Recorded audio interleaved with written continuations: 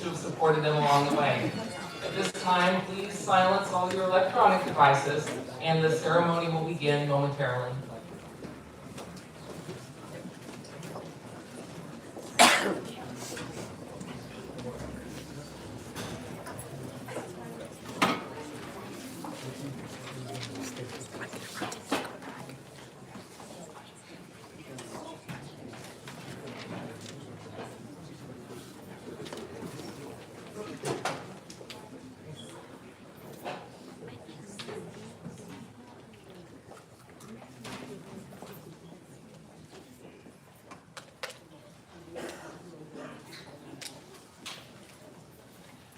I'd ask you now to please rise for the arrival of the official party.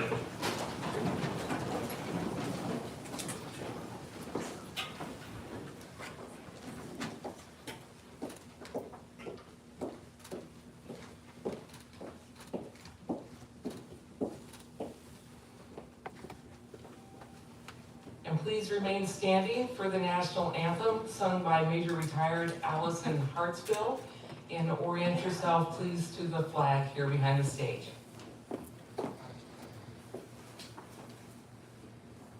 Oh, say, can you see by the dawn's early light what so proudly we hailed at the twilight's last gleaming, whose broad stripes and bright stars through the perilous fight, o'er the ramparts we watched, were so gallantly streaming, and the rocket's red glare, the bombs bursting in air, gave proof through the night that our flag was still there.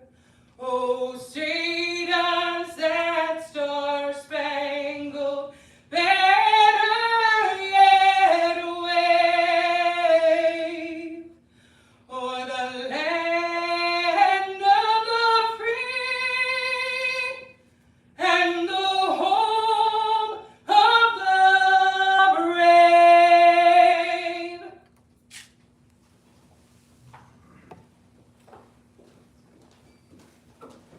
Please be seated.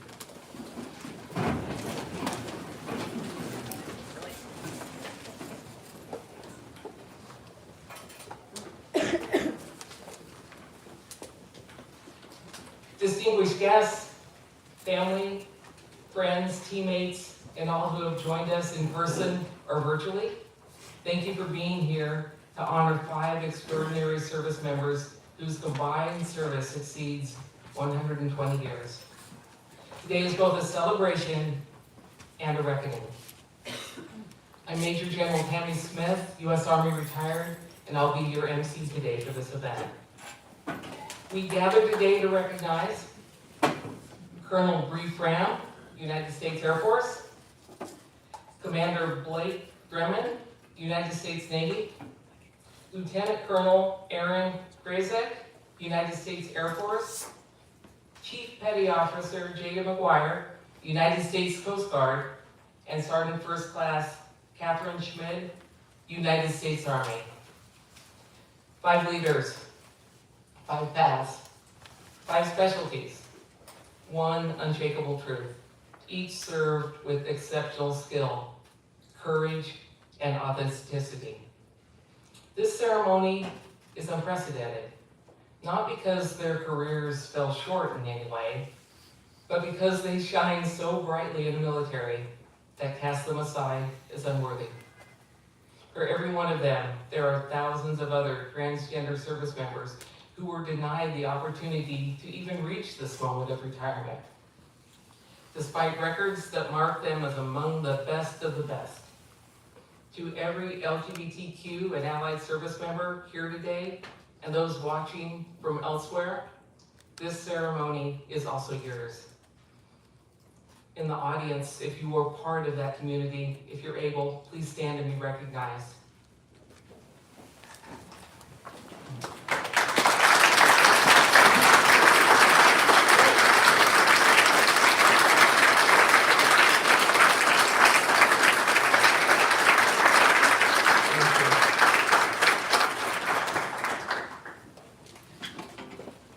honorees has led teams, solved problems others thought were impossible, deployed, mentored, trained, motivated, and carried the weight of both national defense and extraordinary expectations.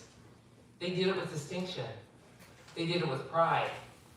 And they did it under policies that insisted they somehow did not belong, even as their records and the decorations on their uniforms standing beside them prove otherwise. If you take nothing else away from today, take this. Their records say outstanding. Current policy says they lack capability. We know that only one of those things is true. And yet, the absurdity of the situation does not diminish their achievements. It amplifies them. For many of them, being the only openly transgender service member in a unit meant every victory was magnified and every mistake could be weaponized. But they never broke. They led. They served because their country, their mission, and their people mattered more than anything that tried to push them away. Today is not just a farewell. It's a testament to perseverance, to authenticity, and to leadership that transcends policy, politics, and time. Yes, the military is losing more than a century of irreplaceable talent and millions of dollars of invested expertise. That loss is real. But the legacy these leaders leave, the lives they shaped, the teams they built, the courage they embodied, that is permanent. Welcome to a celebration of their courage, their excellence, and their unwavering service. I'd like to introduce our host today here at the Human Rights Campaign. Please welcome member of the HRC Board of Directors, former Assistant Secretary of Defense for Readiness and Commander, U.S. Navy retired, Sean Skelly.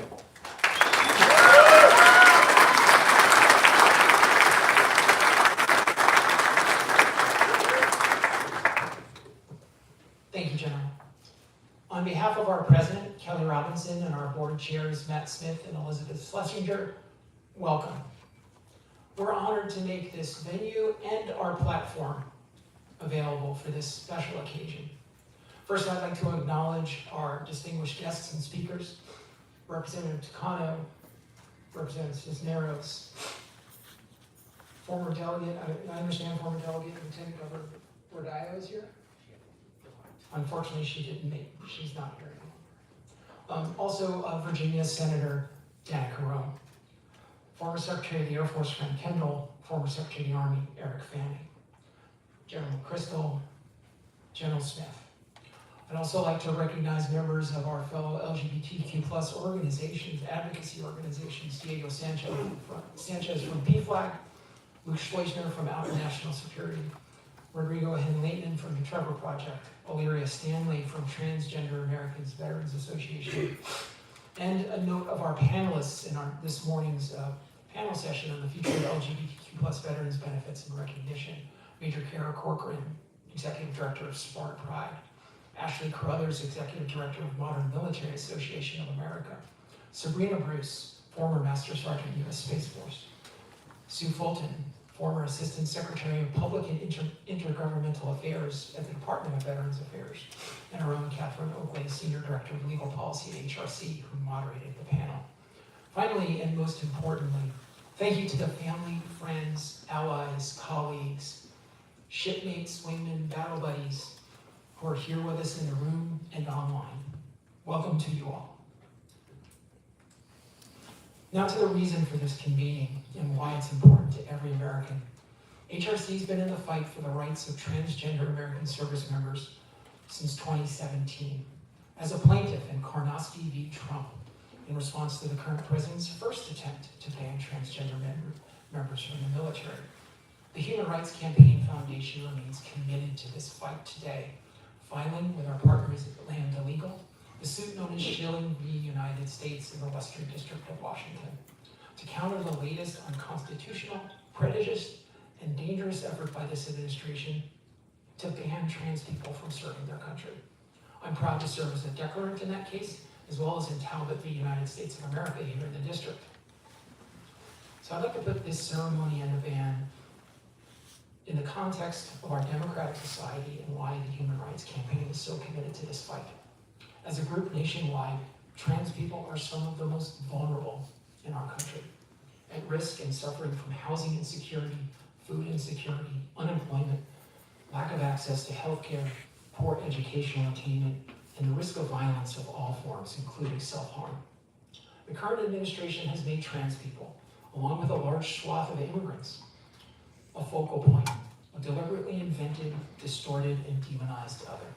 People to be feared and blamed for myriad social ills and to justify a bigoted, hateful assault upon norms, laws, and human decency to accumulate power and wield it. The current president admitted as such just this past Tuesday in a live stream brief conversation with his legislators in Congress. Transgender, nonconforming, and non-binary Americans are about 1% of Americans over the age of 13, about 2.8 million people among 330 million. There's no solidly agreed upon policy number of the number of transgender service members being affected by this ban, but based on some conversations I've had, I'm going to use the number 4,000 to reference how many people are being affected by the ban. 4,000 people out of a group of 2 million people in uniform, 0.2%. As federal judges have heard and accepted to date in arguments in court, there's no evidence, none, of any of the accusations made by this administration and the Department of Defense to any inadequacies or concerns about their ability to serve. It's just unfounded, indefensible accusation. So then why target 4,000 people out of millions of trans people, out of hundreds of millions of Americans?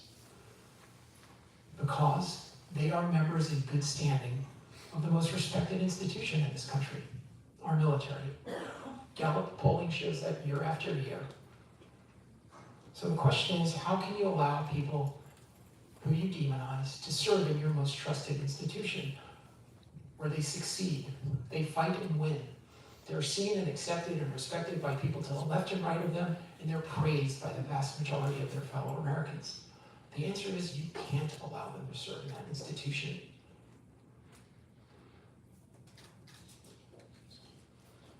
Trans service members, those few thousand, are on the front lines, canaries in the coal mine of our democracy, as to who can be allowed to be seen, not just as American, but among the best America has to offer.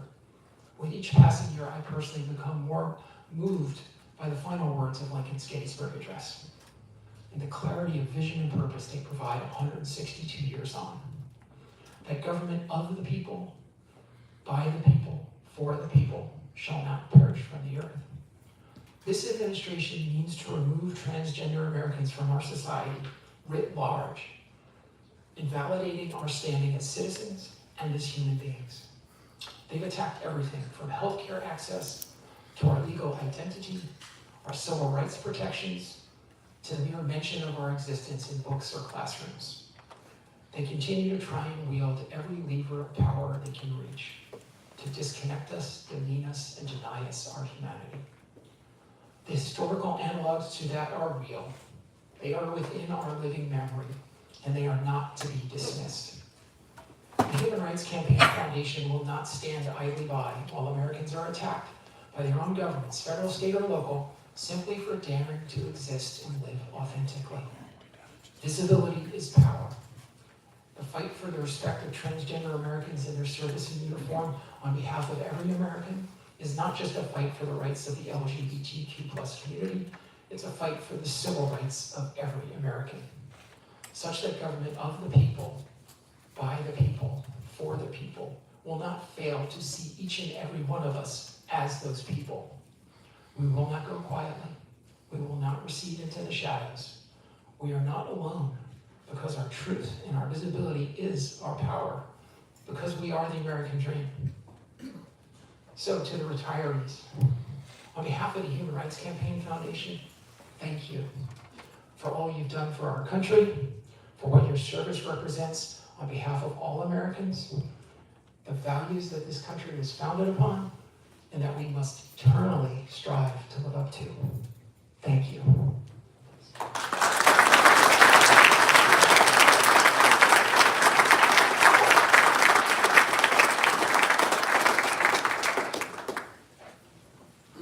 Secretary Sitale, and thank you also for always being visible. I'm so pleased to welcome our next speaker, who proudly represents California's 39th District and serves as the ranking member of the House Veterans Affairs Committee and leads the Congressional Equality Caucus. Please welcome the Honorable Mark Takano.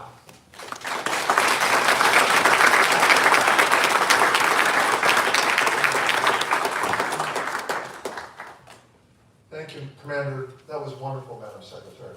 Wonderful. Or Madam Assistant Secretary. Whatever. Well, friends, colleagues, thank you for joining us today as we honor the retirements of these service members who, despite their desire to continue serving our country and qualifications to do so, are being forced out by President Trump. I want to begin by apologizing to our service members and reiterate that your service and commitment to our nation does not go unnoticed. I am sorry this administration has chosen to target you for no reason other than cruelty. And you know, my personal apology is one thing. But I know something about apologies as a descendant of Japanese Americans who were interned unjustly by a government who lied about them willfully. And you know, there was a day when we had a government and a Congress that voted to recognize that injustice. And formal apologies were issued by a government and a president. I envision that there will be a day when it won't be my personal apology, but the nation's apology for this grave injustice that has been done to you and others.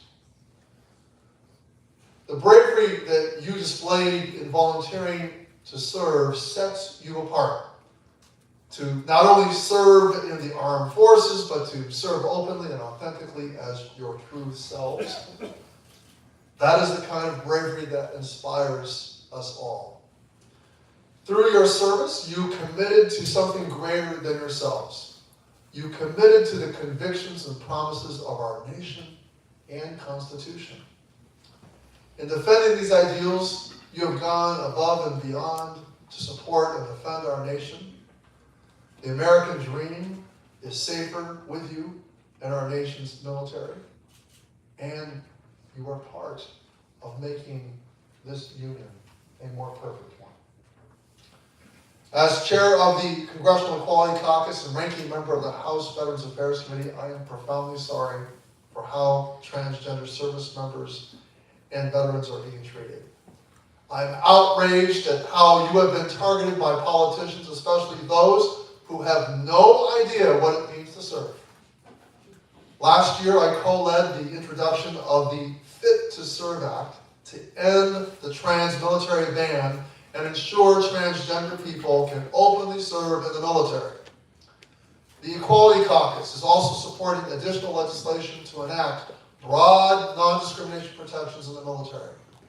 And I give you my solemn word that I will not stop fighting until we pass explicit protections for trans service members into law.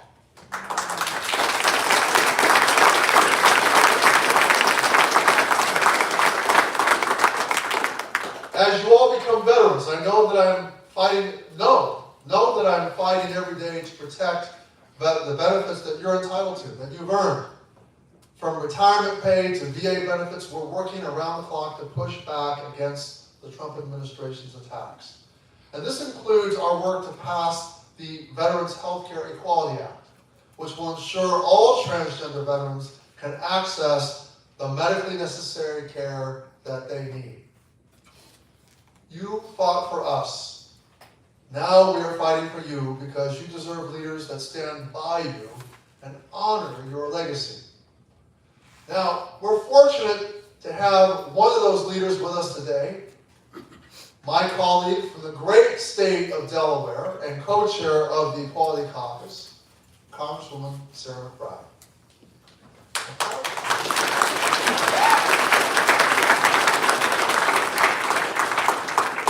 I can't believe she's only like 34 years old.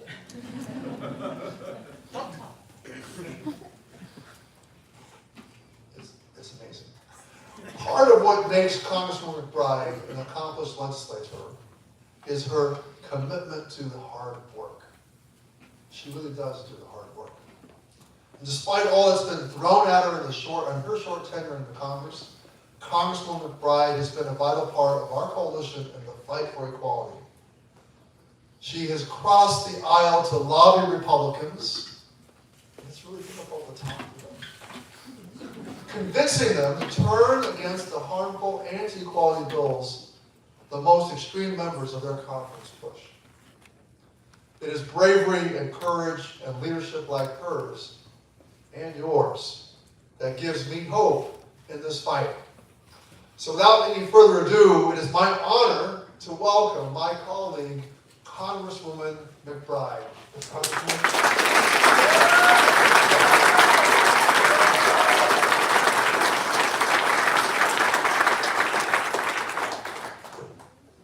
Thank you so much, Representative Takano.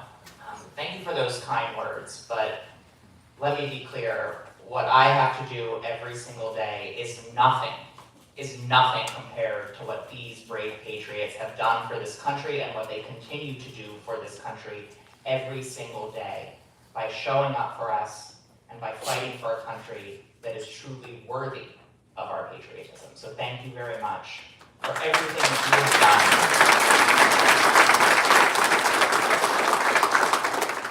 Thank you so much, Representative Takano, for your leadership with the Equality Caucus, for your particular steadfast allyship to the trans community at this moment.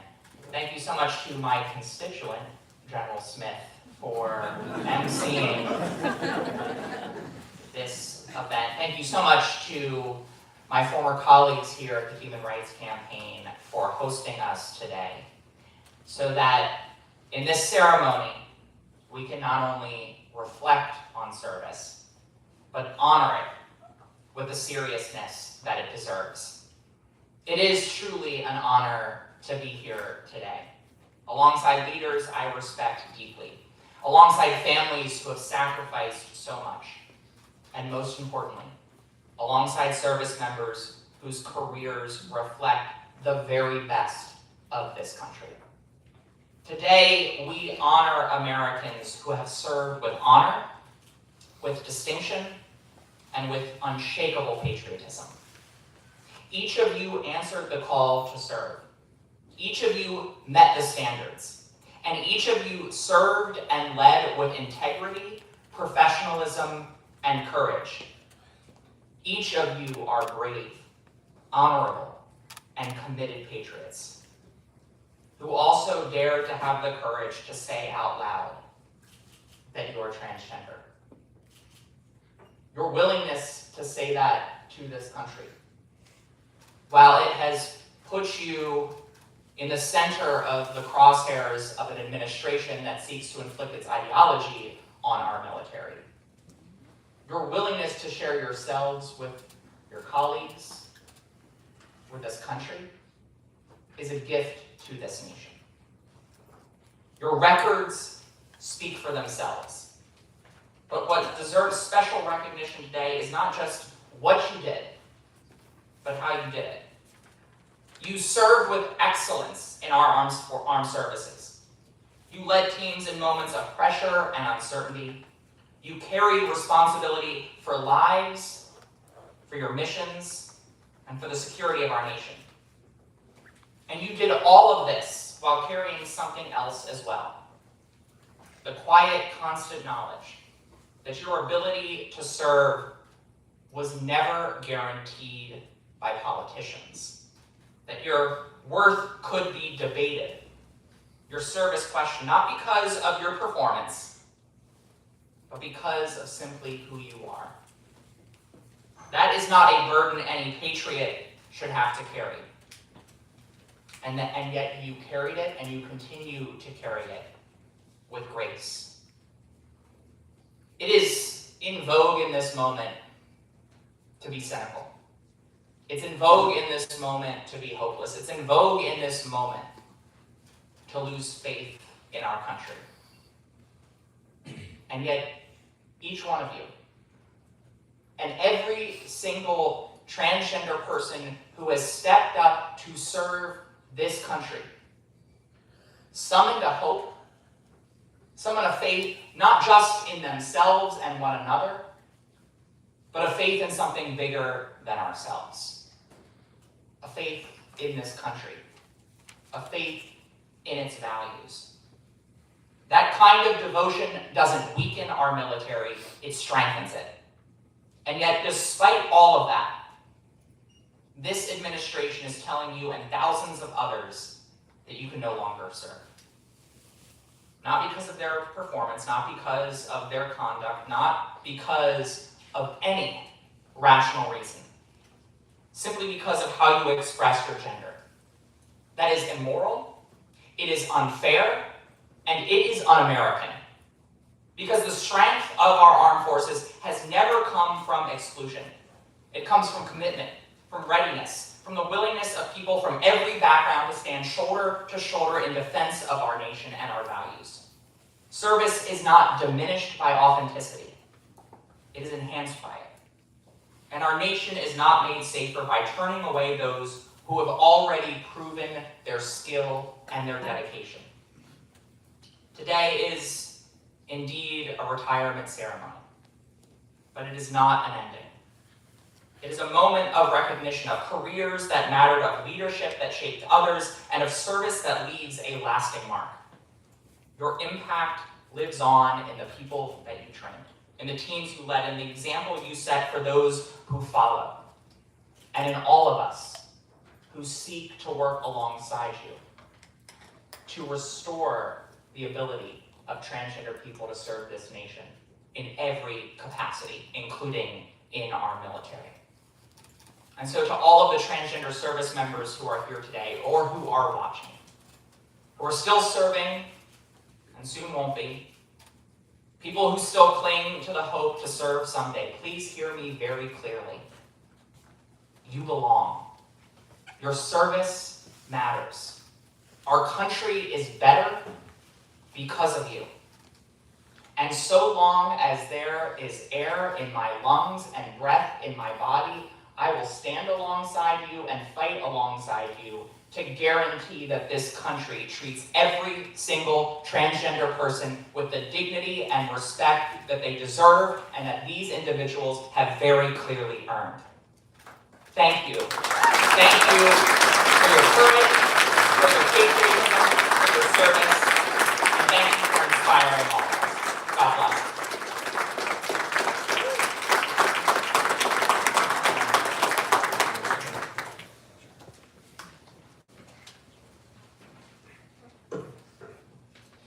Thank you to Congressman Takano and to Congresswoman McBride.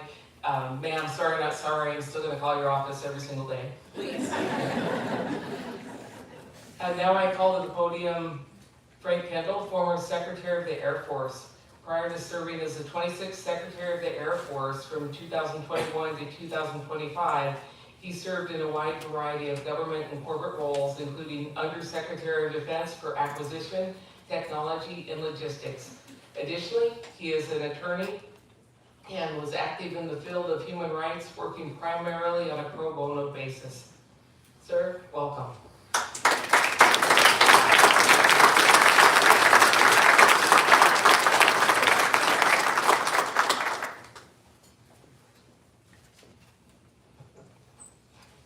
Afternoon. Afternoon. Thank you, General Smith, and thank you to all the attendees for participating today. I participated in a lot of retirements, as I know General McChrystal and General Smith also have, but never one quite like today's. I'm not sure it's appropriate to congratulate our retirees on a retirement they didn't request and hadn't planned on. But I do want to congratulate each of you on your exceptional service to our nation. As I read the biographies of each of our retirees today, one thing came across to me was how similar these read to those of all other retirees and to others still serving.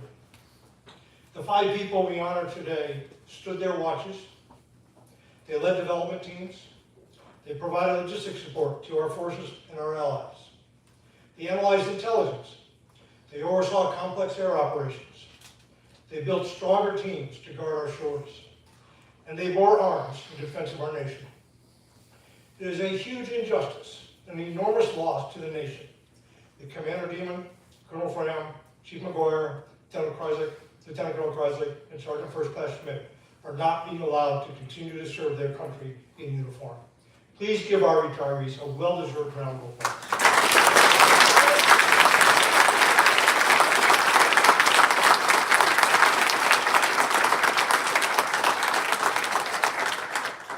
I am absolutely convinced that each of these exceptional people will continue to serve our country out of uniform, just as they did in uniform. As I thought about what I could contribute to this event today, it seemed to me that service to our country was the most appropriate topic that I could address. I'll be very brief, but I do want to touch on the service that all of us here owe to our country, to our communities, and to each other in these extraordinary times. As citizens and as moral human beings, we all have a duty to serve our country by speaking out about the injustices and the wrongs that we see. The bias, the prejudice, the stereotyping of people who don't conform to an imagined norm or ideal is what brought us here today. This is just one aspect of what I will call the reactionary movement in this country that I believe we all have a duty to oppose. I've been around for a long time. My parents were from the greatest generation. My father was in the Navy when Pearl Harbor was attacked. He served throughout World War II, while my mother waited for him and hoped he'd survive as we fought to end fascism. I was a young person during the Civil Rights Movement, as we worked to end institutional racism. I was serving in government when the Berlin Wall came down and we defeated communism.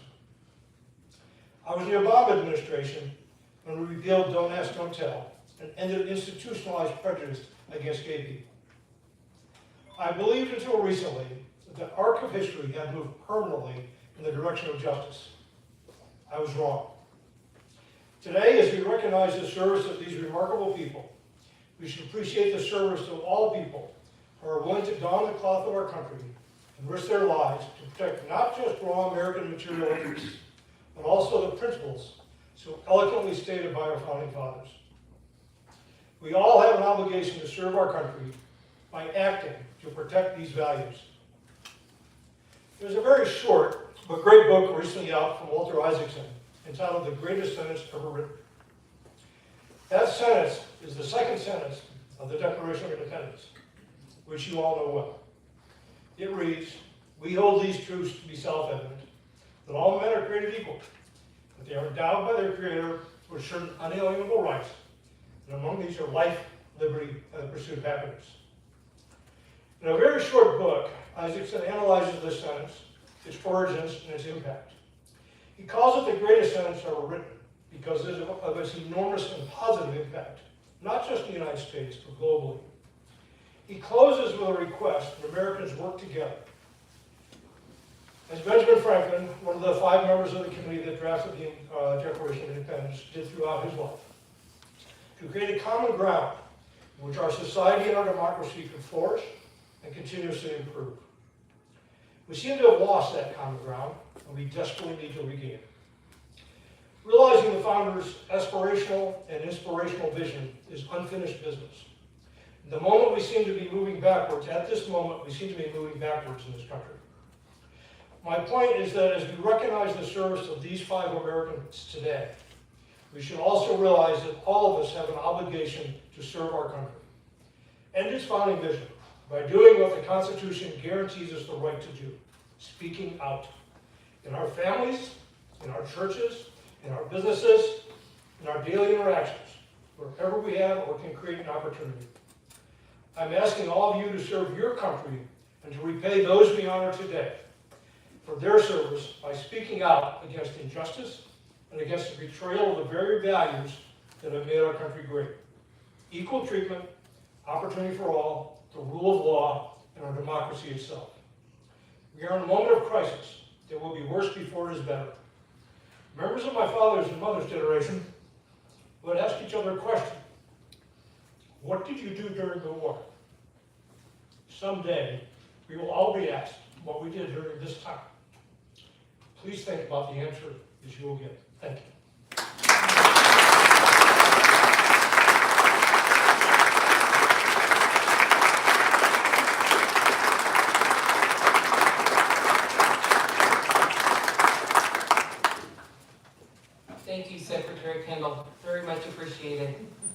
It's now my honor to introduce our presiding officer.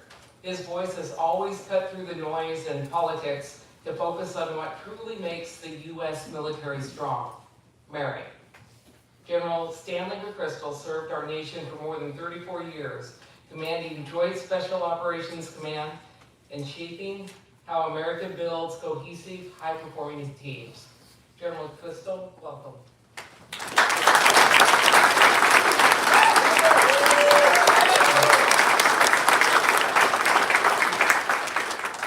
When Colonel Frem asked me if I would be here today and participate, it was an honor, but it was a big ask. You're asking a soldier to share the stage with people from the Navy, the Air Force, and Space Force. And you know, I can only go so far. But this week, I've gathered the firm that I'm a part of. And since I left the military, I've been part of a 100-person firm that tries to help other organizations work together. And so last night, I told them what I'd be doing today, as I missed part of the gathering. And I think almost every member of the team came to me one-on-one and thanked me for being here, which I appreciated. But I shouldn't have had to be thanked for being here. First off, we shouldn't be here. This should be happening.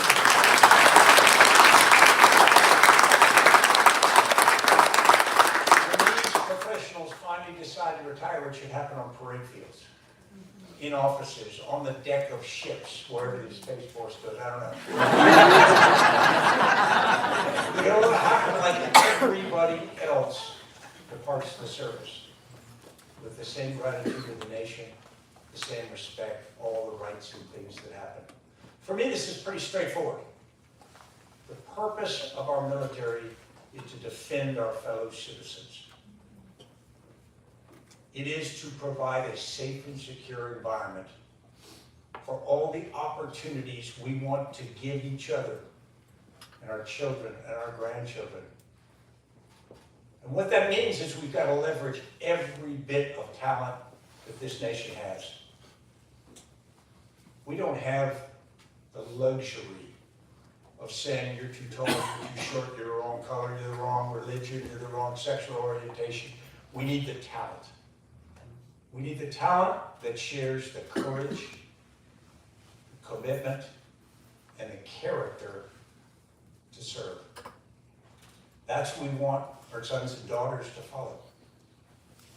Those are the people we want shoulder to shoulder with us on the battlefield. Those are the values we want to communicate. This isn't complicated, but I do recognize that it's hard. And I feel that it's very, very important. So I'm honored to be here today, and to the service members, I can't express my gratitude for all you've done. Thank you.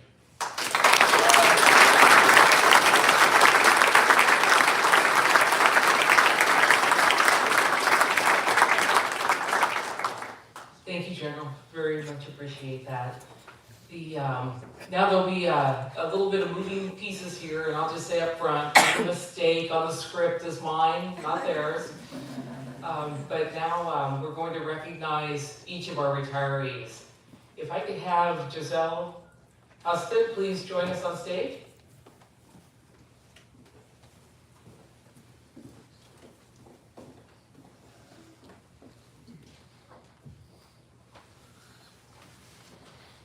Good afternoon. Nice to see the Coast Guard going first for once. No, on a serious note, what an honor and a privilege to be here. I'm Lieutenant Giselle Houston. I serve with Chief Jada McGuire at Coast Guard Recruiting Command. A little fun fact about me, though our paths intersected for about 2 years, relatively short amount of time, I tend to have a knack for collecting amazing people in unusual ways. Whether that's a coffee drive-through or running into folks at the Coast Guard frozen section at Costco. You know, it's just such a Giselle thing to do. Unknowingly talking to people, they'll be lifelong friends holding a bag of frozen chicken tenders. That's just so it's with that same Giselle magic that I ended up meeting Chief McGuire in a locker room. So fast forward to prepping for this event. When Chief McGuire asked me to speak, I said, Jada, I'm a 13 years of service junior. You've had a long and decorated career. Surely there is somebody more fit to speak on your behalf. And she said, yes, but I was hard pressed to find somebody that cares in the way that you do.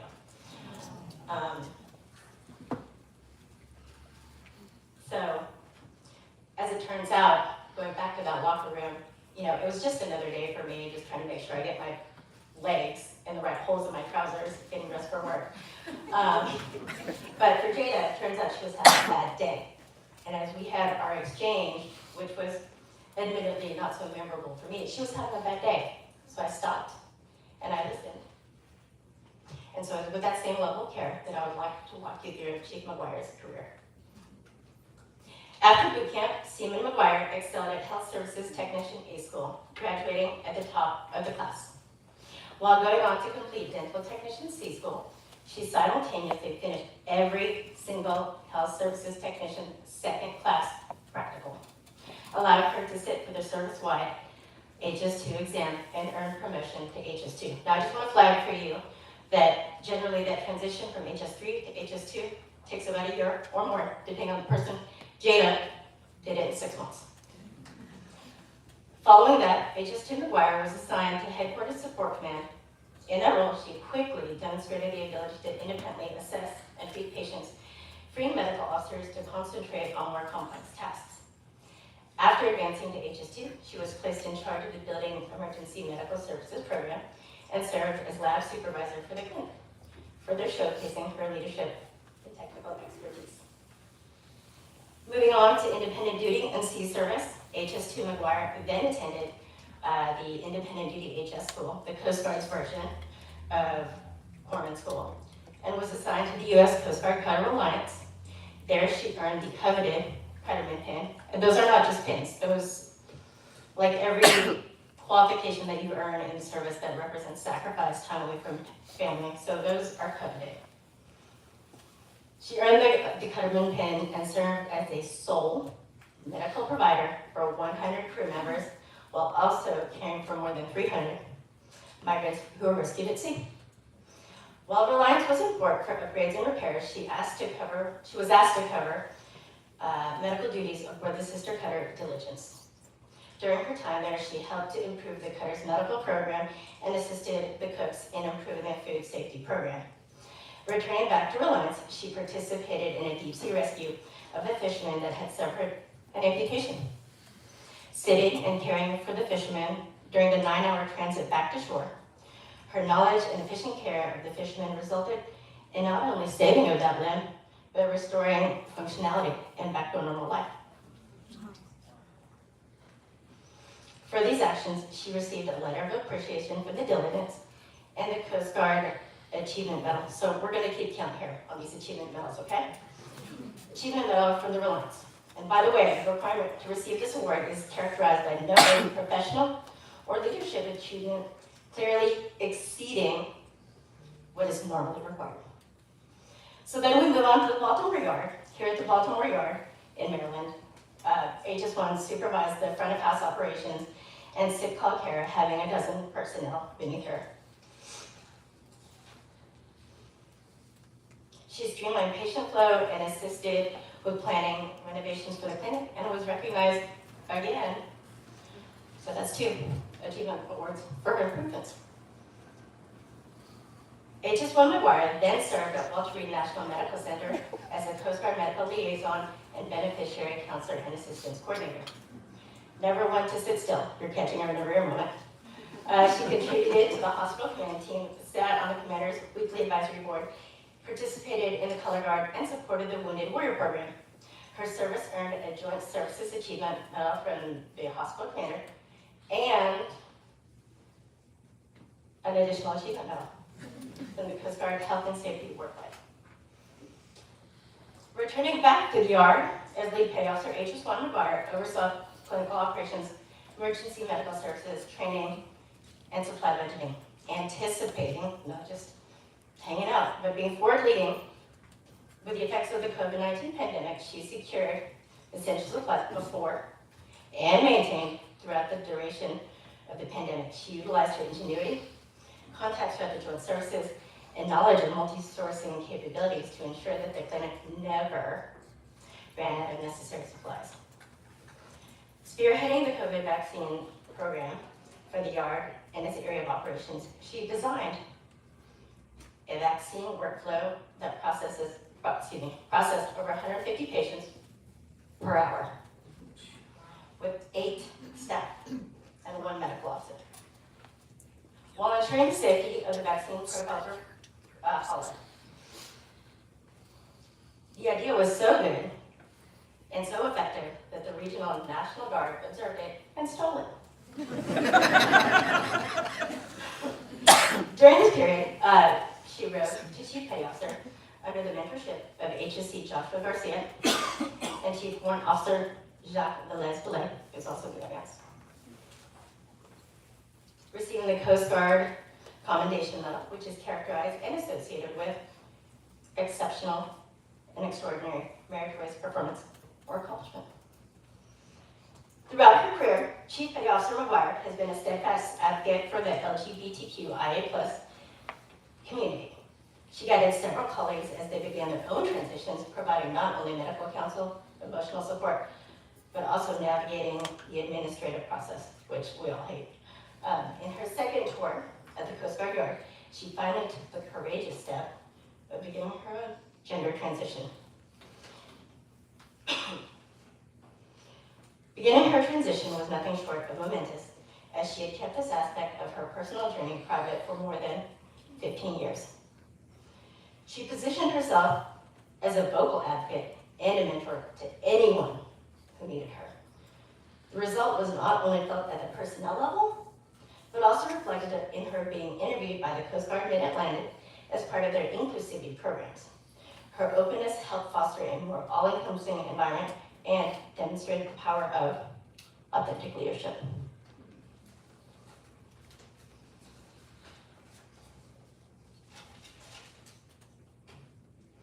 Most recently, Chief McGuire joined the Coast Guard recruiting command and listed as Sessions branch. This is where we intersected. Here she verified the medical status of her 120 applicants each week, ensuring flawless accession and compliance. Her meticulous review of more than 6,000 physicals helped the recruiting mission exceed both active duty and reserve goals for the first time in 7 years. Continuing her history of advocacy, she participated as an actress in the Coast Guard's new sexual assault prevention and response training program. She also spearheaded a pilot for the U.S. military entrance process in command, we all look maps, to modernize the Coast Guard's waiver decision process. Again, because Chief McGuire had ideas worth stealing, it was since extended, or has since been extended to joint services via U.S. MOPCOM. Oh, and another achievement medal. So, Coast Guard recruiting plan brings us to the end of Jada's time in service. But before I close out, I wanted to explain one additional yet critical aspect of her service, being a chief. I want you all to understand the caliber of person who dons this title. You've heard me say Chief McGuire, Chief Petty Officer McGuire, but that's just not another honorific. That is a personal and professional lifetime achievement. The best way to capture the significance of a chief comes down to two things: the meaning of the anchor and as the chief. The anchor is the identifying authority of a chief petty officer and emblematic of a chief. It represents stability and security. It reminds chiefs of their responsibility and to keep those they serve safe from harm's way. Secondly, asking the chief. It is a tradition that predates formal leadership schools, written doctrine, modern command structures, and modern command structures. Maritime services rely on the experience of chiefs, the institutional memory of the service, who are equipped to weather and guide their crews through technical, operational, and personal hardship. So the answer became simple: ask the chief. That said, Chief Petty Officer McGuire's 23-year career is a continuous record of dedication and decorated service. Her legacy of clinical excellence, innovation under pressure, compassionate leadership, and fearless advocacy stand as a testament to the Coast Guard core values of honor, respect, and devotion to duty, and the enduring spirit for those who serve. Chief McGuire, Jada, thank you for your extraordinary contributions.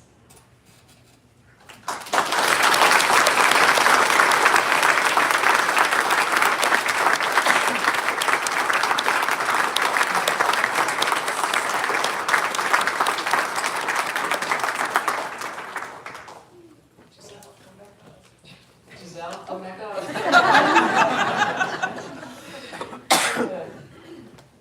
We are now going to do the presentation of the Coast Guard Achievement Medal.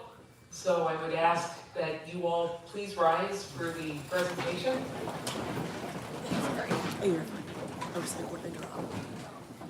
The citation reads, Chief Petty Officer McGuire is cited for superior performance of duty while assigned to Coast Guard Recruiting Command's enlisted accessions branch at Washington, D.C. from June 2022 to June 2025. Displaying exceptional professionalism, Chief Petty Officer McGuire was responsible for verifying the medical status of over 120 Coast Guard applicants on a weekly basis, confirming all medical conditions were thoroughly evaluated and approved for accession compliance. Chief Petty Officer McGuire's effort led to the seamless assessment of new members arriving at Training Center Cape May and Leadership Development Center, which contributed to the Coast Guard Reserve's successfully seating active and reserve accession mission for the first time in 7 years. Supporting senior medical officers, Chief Petty Officer McGuire meticulously vetted and validated over 6,000 accession physicals, certifying a timely and accurate adjudication process and entering documents into the electronic military health system. Moreover, Chief Petty Officer McGuire zealously spearheaded a groundbreaking pilot program with the U.S. Military Entrance Processing Command to modernize the Coast Guard's waiver decision process, aligning procedures with advanced technology at military entrance processing stations. Chief Petty Officer McGuire's diligence, perseverance, and devotion to duty are most heartily commended and are in keeping with the highest traditions of the United States Coast Guard.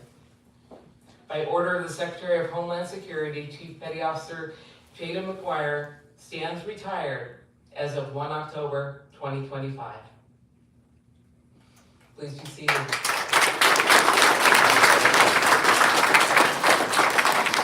Jada, the podium is yours.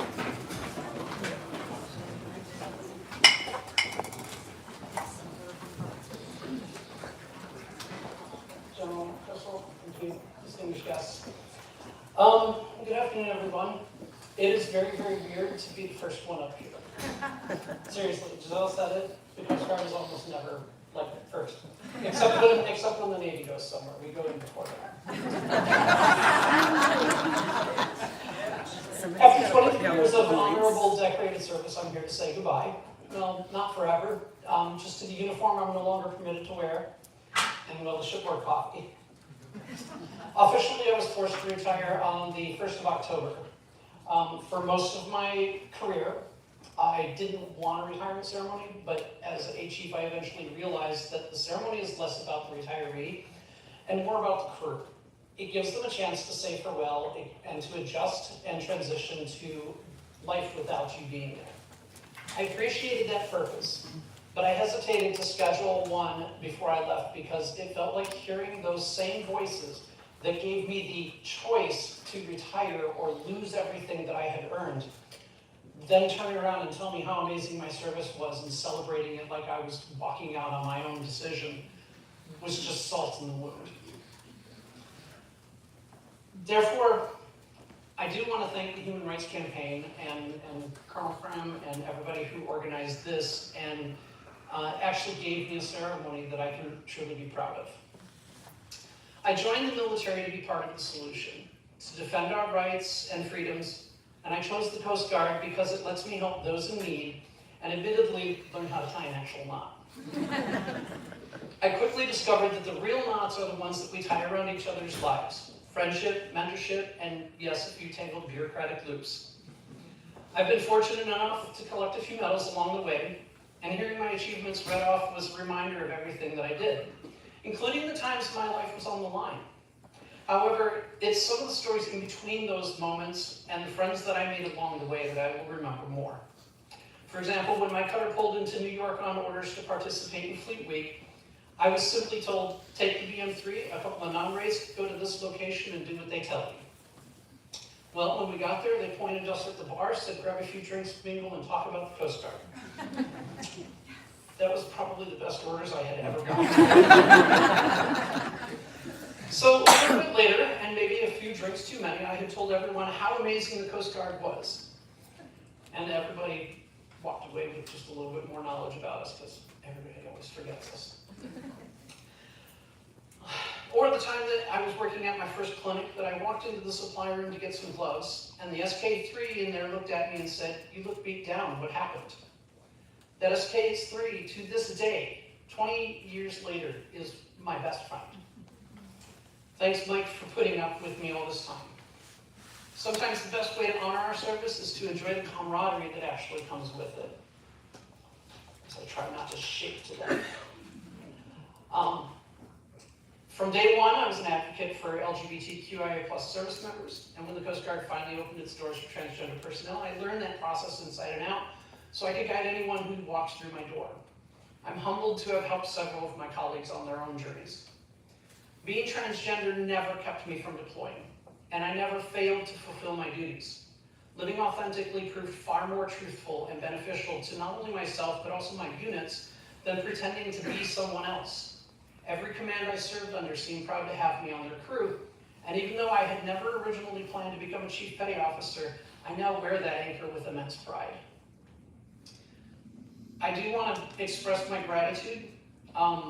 It may be a little weird, but Presidents Obama and President Biden for both starting that conversation and keeping it alive. Admiral Zimkoff for standing against the first wave that tried to remove us from service, and Admiral Fagan, who may or may not know that many of us lovingly called Commandant. Her steadfast support despite political pressure cost her her career, but she never failed her oath to the Constitution and to our service. CWO Jacques Velez-Belay, and Chief Petty Officer Josh Garcia, and Lindsay Peters, and Lieutenant Houston, your encouragement before, during, and after my transition meant the world. My late mother, Specialist Sherry McGuire, and my sister Elizabeth, not only accepted me when I came out, but broke the mini panic attack building inside of me by going, it's about damn time. The Yard Chief's Mess, the Headquarters Chief's Mess, my Chiefs Academy class ladies, and my CCTI crew from spring of 2023. With a special shout out to my fellow women Chief Initiates who gave me my first gender euphoric moment in the locker room. The reaction had me very nearly crying in happiness at their not realizing or not being concerned that I was transgender. No way, really? We wouldn't have known if you hadn't said anything. Still makes me smile to this day. Last but certainly not least, to my husband Amari, who found me probably during the worst time to try and have a relationship, deployments, who finally pulled the last of my eggshell off by looking at me and said, what would you say if I said I'm not a girl anymore? To which I said, wait, we can do this? What would you say if I said I am a girl? My home port, no matter where you are, my love, my soulmate, my heart and my life. Thank you.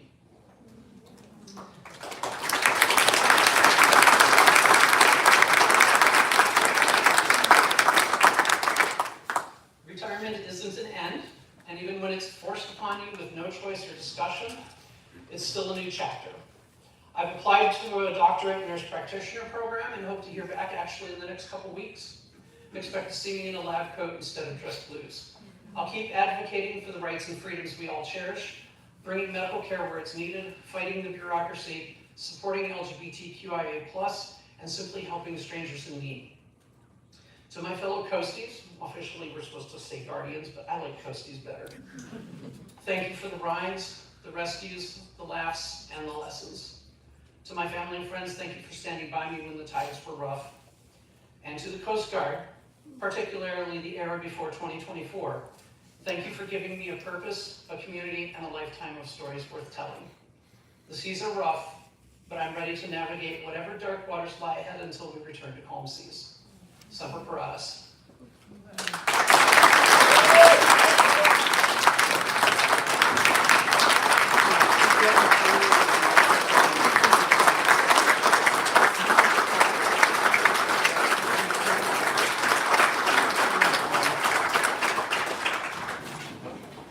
Thank you so much, Jada. I would ask, would Victoria Vu please join us on stage?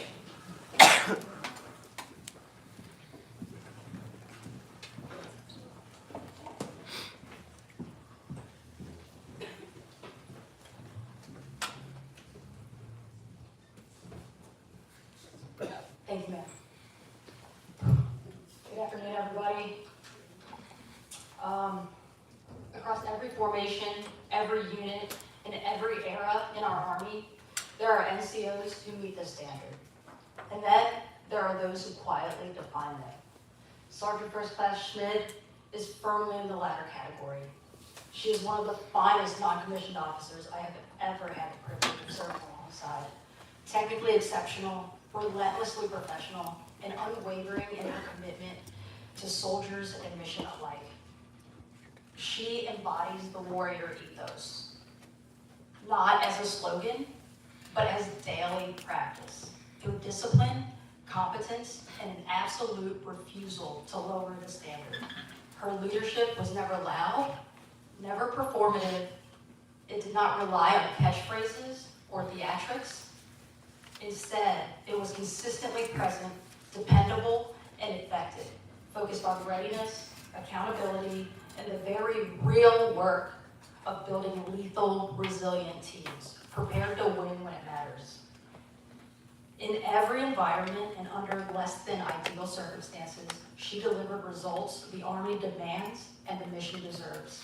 While today marks her retirement, it is important to acknowledge that this transition arrives earlier than anyone who has worked with her would have expected or wished.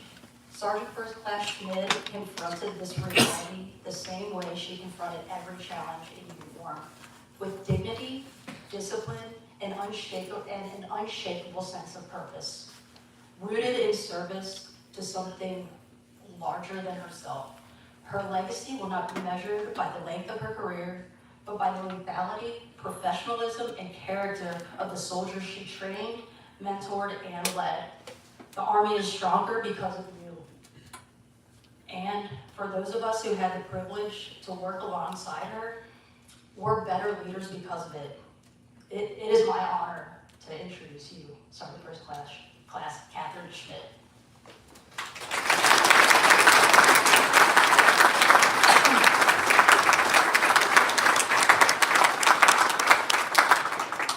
I'd ask that you please rise for the presentation of the Meritorious Service Medal to Sergeant First Class Catherine Schmidt.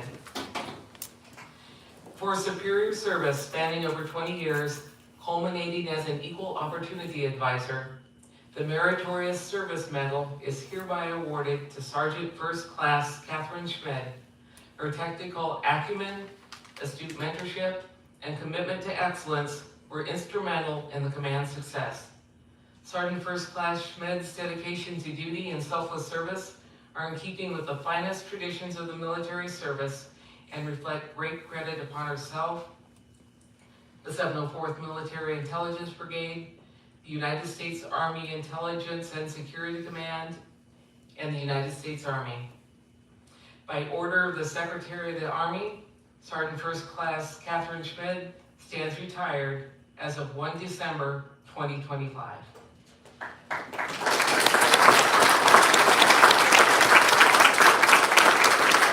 Please be seated. Catherine, the floor is yours.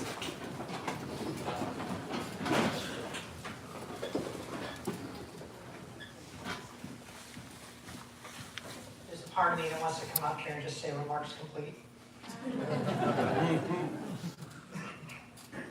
The fact is, I don't know if I'm supposed to start with humor or humility or some kind of gratitude that feels earned, so I'm just gonna start with the truth. I spent the last few months not knowing what the hell I was gonna say here. How do you stand in front of this community, in front of generals and congresspeople and advocates and professionals, and in front of people who dedicated their lives to the same questions I've been asking myself? In the last 12 months, I've called into question everything I thought I understood about what honorable service means. I did this for 20 years. 20 years of showing up, maintaining and keeping the standard, not because it's some abstract rule written on a page, but because it protects the people who sign their name on the line. 20 years of believing that if you do right, if you lead right, if you demand integrity from yourself before you demand it from anyone else, then maybe you end up building something that matters. And then 2025 happened. Policies changed, and those changes made me unsuitable for service. That's not how the Army teaches you to talk about service or courage or integrity, but that's what it did. And I'll be honest, for a while I couldn't separate the two. I couldn't figure out where institutional betrayal ended and my own failures began. The Army sent me to a lot of places and trusted me with a lot of things. I've stood in windowless buildings watching the map light up with decisions that would change international geopolitics. I've led teams that shaped operations across the entire world. I've been the one wearing the literal boots on the ground in the places where that was a news item. I've trained new soldiers who never left their hometown before they stepped onto a bus for basic training. I've watched privates become sergeants, and sergeants become the kind of leaders I would trust with my very life. If I'm proud of anything I've done, it's that. Helping people grow into what they signed up for, and sometimes the responsibilities they never expected to carry. Institutions fail people, but institutions are made of people, and that's what I keep going back to. Not the things I did, not the places I went, the missions completed, the people, the soldiers. I remember a young officer who made sure inspections got done right, even though it meant his personal time disappeared. Not for recognition or a bullet on an eval, but just because that's what the people under him deserved. I remember my first sergeant showing up at 2 in the morning to sit in a hospital waiting room with me because my wife was in danger and I needed it. I think about a specialist who threw himself off a shipping container to catch falling equipment that would have crushed his squad mates. An intel analyst who stood in the back of a watch floor full of people who far outranked him and said, no, that's not a good strike, and saved lives. I thought about a million acts of selflessness and courage that never get decorated, never talked about, that happen every single day in every unit across every branch of the military, not because of some ideal, not because of speeches or value statements, or because some politician wants to set themselves up as leaders, but because the people doing them show up and they care about each other. That's the Army I know. That's the one that's worth something. And so I'm not going to stand here and tell you that everything's fine, and that service is uncomplicated, and that everything that's happened is just part of the natural order, and that institutions don't fail their people, because they do, and they will. The Army taught me what honor and integrity meant, and that integrity cost me the only thing I've ever really known how to do. It cost me being a soldier. But here's what I will tell you. The people are still worth it. Right now, today, maybe even at this very moment, there's a 17-year-old kid walking into an Army recruiting statement, and they're not thinking about high-minded ideals. They're not thinking about the words of the national anthem. They're not thinking about the flags billowing in the air. They're thinking about, how the hell do I get out of this little town? They're looking for a way forward they can't find anywhere else. And they're going to sign up to serve the people of the United States, not knowing a thing about what that actually means. They won't know what the Army values sound like when they're being lived by someone who takes them seriously. They won't know that honor isn't a buzzword or a cliche or something reserved only for battle cries and fantasy games. they're gonna learn it the way I did, from the people around them who choose to live it every single day. If the only legacy I leave is that the army that kid joins today is better than the one I signed up for in January of 2005, if I help build or protect or fight for even a sliver more integrity, one more space where it's safe to speak the truth, this whole thing was worth it. I'm not a philosopher, I'm not a lawyer, I'm not a politician, I'm not even an officer. I've just been someone who wanted to dedicate my life to something bigger than me, something that matters, to honor, to the people around me. That's what I try to do, and that's what I'm leaving with. I do have one last thing to say to the people who are still serving. Your duty is to the people next to you. Take care of them the way I've seen you do it. Do what's right. Speak up when things are wrong. And if this institution ever tells you that taking care of the people next to you is too disruptive, if it asks you to be less ethical, less brave, less true, less yourself, then you know you found the defining moment of your career.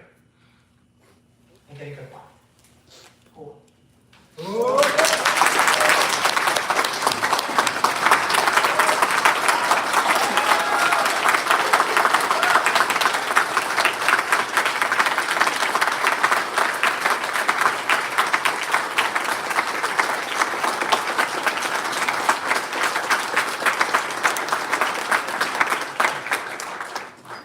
Wow. That's a soldier. Would Ozzy Grzyk please join us on stage?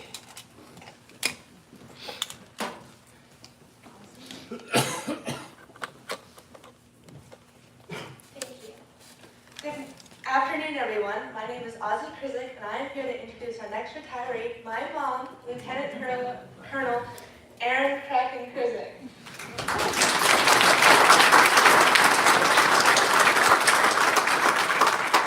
Since I can remember, and much longer than that, my mom has been in the Air Force. In my world, that meant long days I wouldn't see her, early morning goodbyes, and late night returns. At times, she'd be gone so long, she'd accidentally miss something important to our family for the sake of her job.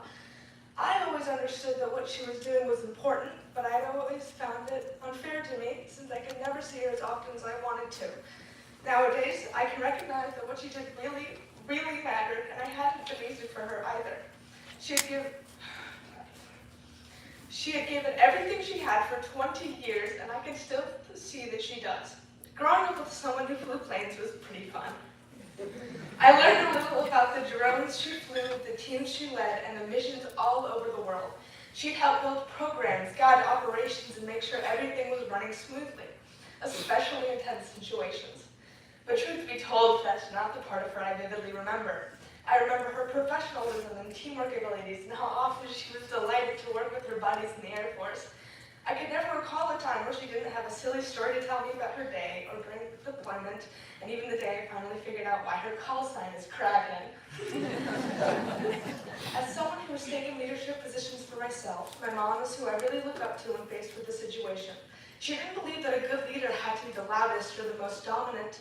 It was about listening. It was about doing the hard work with determination and standing up for your teammates. She cared so deeply about her airmen, her teammates, her mission, and that sentiment carried over to our family too. Her job was no walk in the park either. She was faced with constant challenges, long days, and sacrifices her family had to make.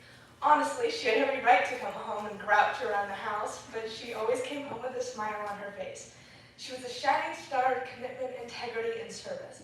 She showed me that strength could be quiet, compassion can be powerful, and a true leader would put others first. Today, my mom celebrates over 20 years of service. I don't have the words to describe how proud I am of her as a friend and a daughter. In body, mind, and soul, I would never think to have her any other way. The Air Force had shaped her, but she also made it better by being a part of it. Mom, thank you for serving our country, for leading with heart and spirit, and showing me how the long hours can still be fun. I love you so much, and I'm grateful to be your daughter.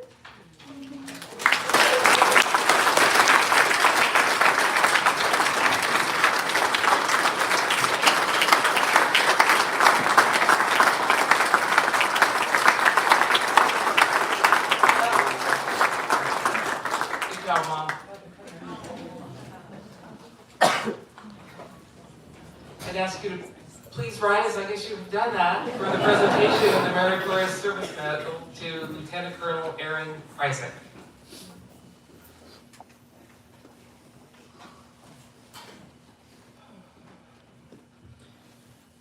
To all who shall see these presents greetings. This is to certify that the President of the United States of America, authorized by Executive Order 16 January 1969, has awarded the Meritorious Service Medal, 1st Oak Leaf Cluster, to Lieutenant Colonel Aaron S. Kryzik for meritorious service from 2 June 2022 to 30 November 2025. Lieutenant Colonel Aaron S. Kryzik distinguished himself in the performance of outstanding service to the United States as the Deputy Director of Wing Operations A3, 472nd Electronic Combat Squadron, 319th Operations Group, 319th Reconnaissance Wing, Robins Air Force Base, Georgia, from 2 June 2022 to 30 November 2025. During this period, Colonel Kryzik's leadership was instrumental in coordinating the Air Combat Command and E-11A and RQ-4 program staff to facilitate operations for 2 weapon systems valued at a combined $5 billion. In addition, as Assistant Director of Operations, she supervised and guided 3 Air Force civilians driving readiness, budget, and essential staff functions. Furthermore, as Acting Deputy Operations Group Commander, Colonel Kryzik coordinated E-11A exercise participation to ensure aircrew training and sortie production met higher headquarters objectives.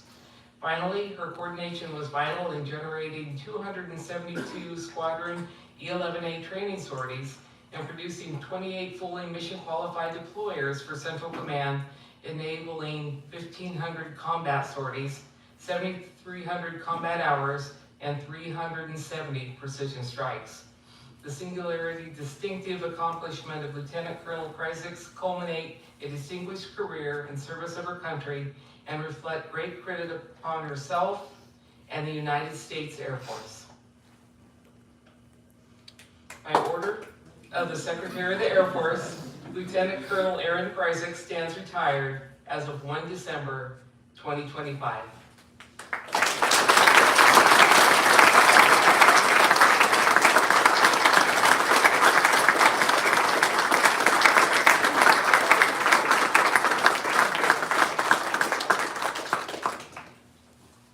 Please be seated.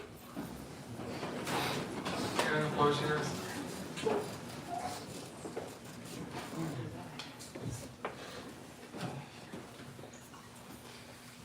Goodness, so many names being cut up here. Thank you, Ozzy. I also want to start by saying thank you to everyone in attendance today, Representative, General. This is incredible to get to experience my retirement like this, so thank you for making it so much better than it was. And thank you for everyone attending here today, and to the Air Force that has been my home for more than 20 years.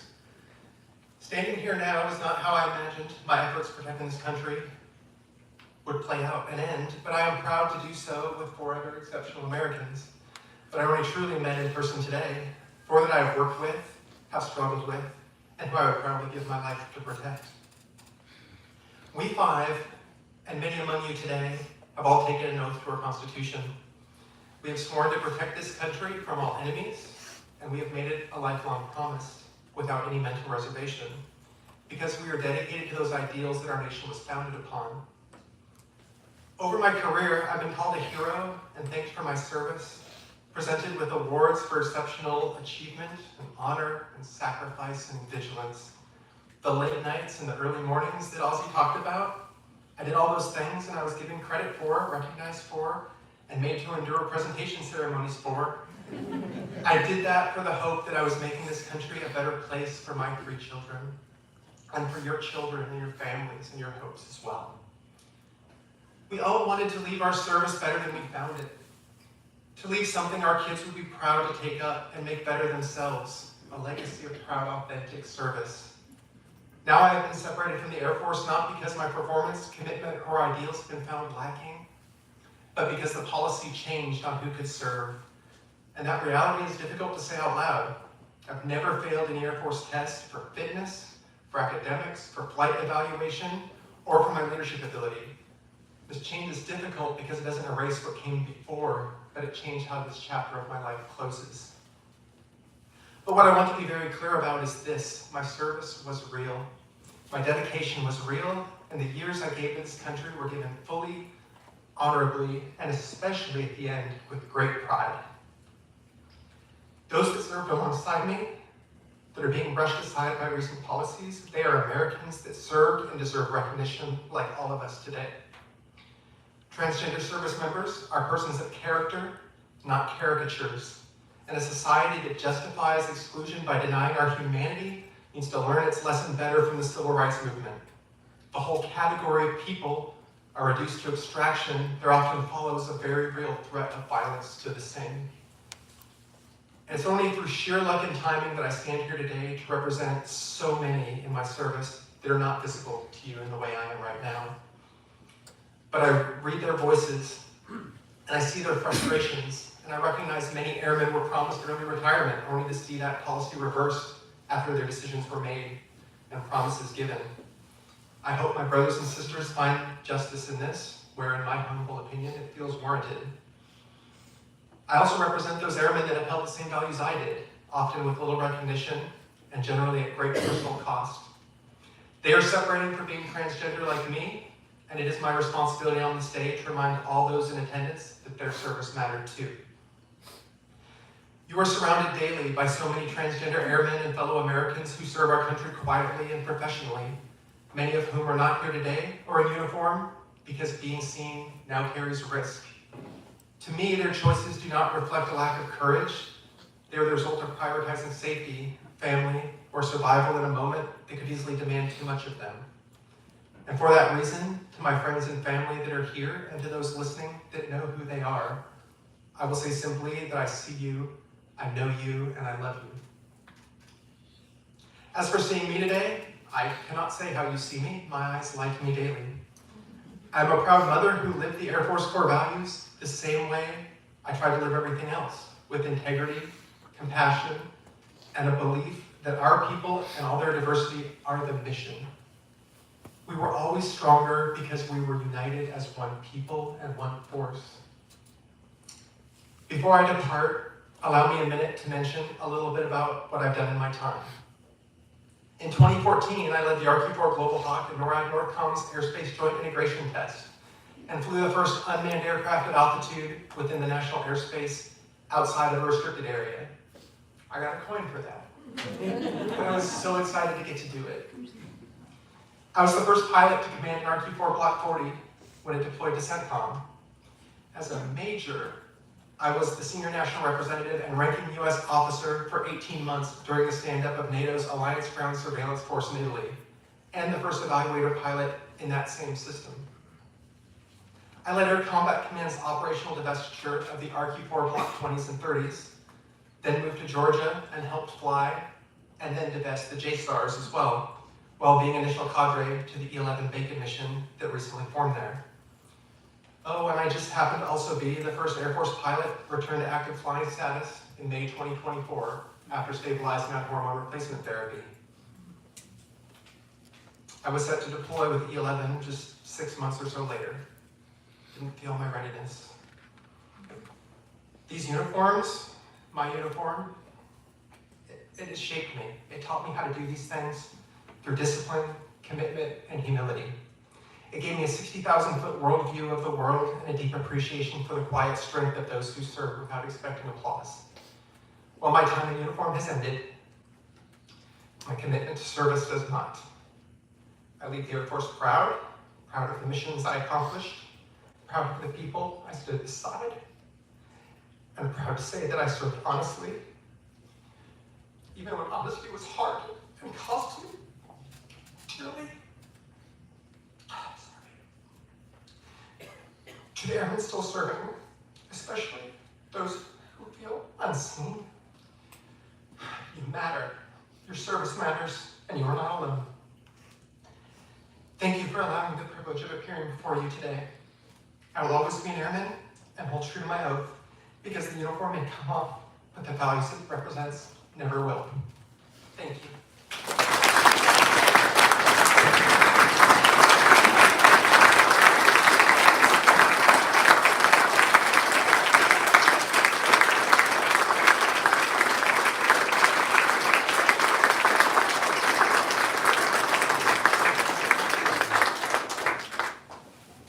turn. Would Leanne Riley please join us on stage?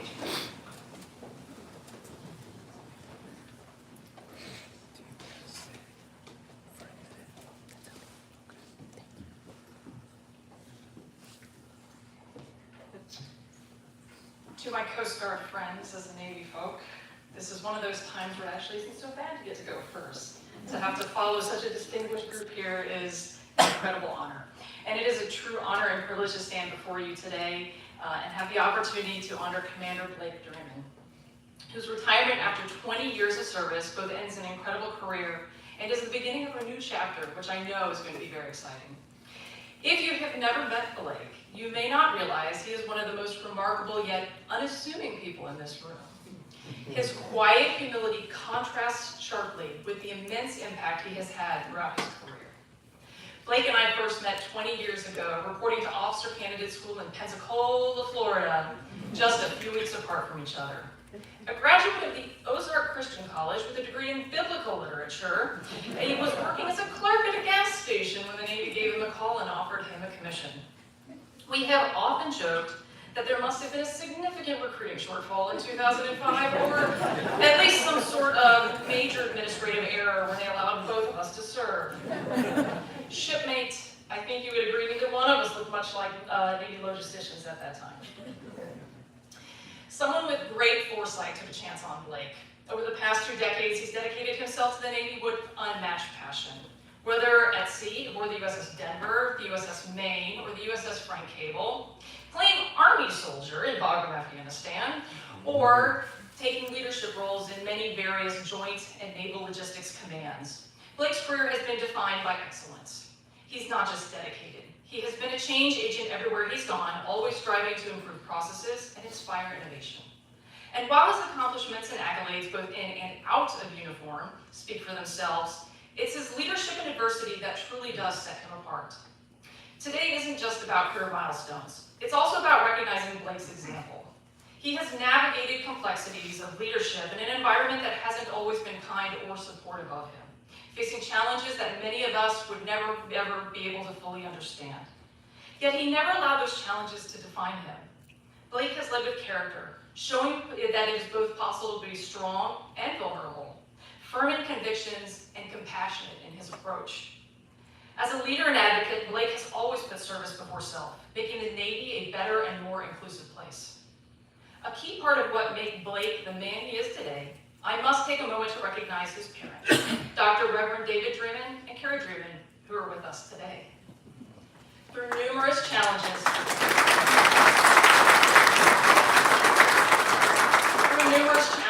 you have stood by him, and your unwavering commitment has been vital in shaping the man we see before us. The love and gratitude you have provided him have played a crucial role in his success, and you should be incredibly proud today. General McChrystal, with your permission, sir, I'd like to borrow a few lines from your most recent publication and adapt those for us in the seagoing profession. Thank you, sir.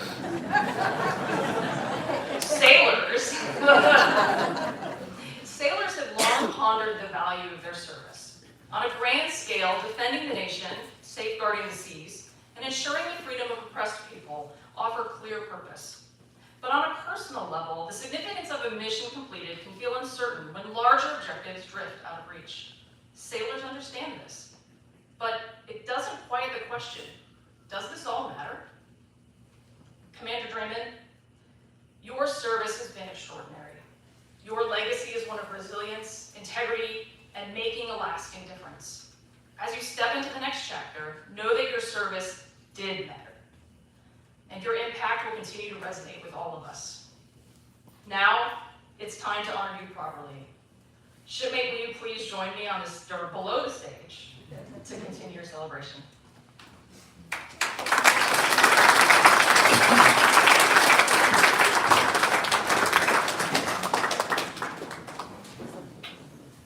Well trained. The President of the United States takes pleasure in presenting the Meritorious Service Medal, Gold Star in lieu of the third award, to Commander Blake M. Dreamin for service set forth in the following citation. for outstanding meritorious service as supply officer at USS Frank Cable AS-40 from June 2024 to May 2025. Commander Drummond's visionary leadership, embodied by the Dream Big philosophy, empowered his officers and chiefs, fostered effective communication, and promoted data-driven decision-making. These efforts led to tangible improvements in the ship's mission readiness. As supply officer, the postal team earned an outstanding rating in the 2024 postal inspection. Dispersing operations achieved outstanding during the 2024 fleet examination group audit, and inventory management team excelled in the first ever Ernst & Young financial improvement and audit readiness with 99% accuracy. Additionally, he expertly led the department as lead tender and lead maintenance activity in Guam, reinforcing the Find a Way to Yes reputation across U.S. 5th and 7th Fleet ships and submarines. His exceptional leadership and supply support, spanning parts procurement, maintenance, funding, accountability, and allocation, enhanced fleet readiness. His efforts were instrumental in the successful completion of 11 fleet maintenance availabilities and 6 voyage repair periods, supporting both submarines and surface combatants in Guam. Commander Drummond's professionalism, perseverance, and loyal dedication to duty reflected great credit on him and were in the keeping of the highest traditions of the United States Naval Service. For the President, C.J. Kavanaugh, Rear Admiral, U.S. Navy Commander, Submarine Force, U.S. Pacific Fleet. By order of the Secretary of the Navy, Commander Blake Drennan stands retired as of January 1st, 2026.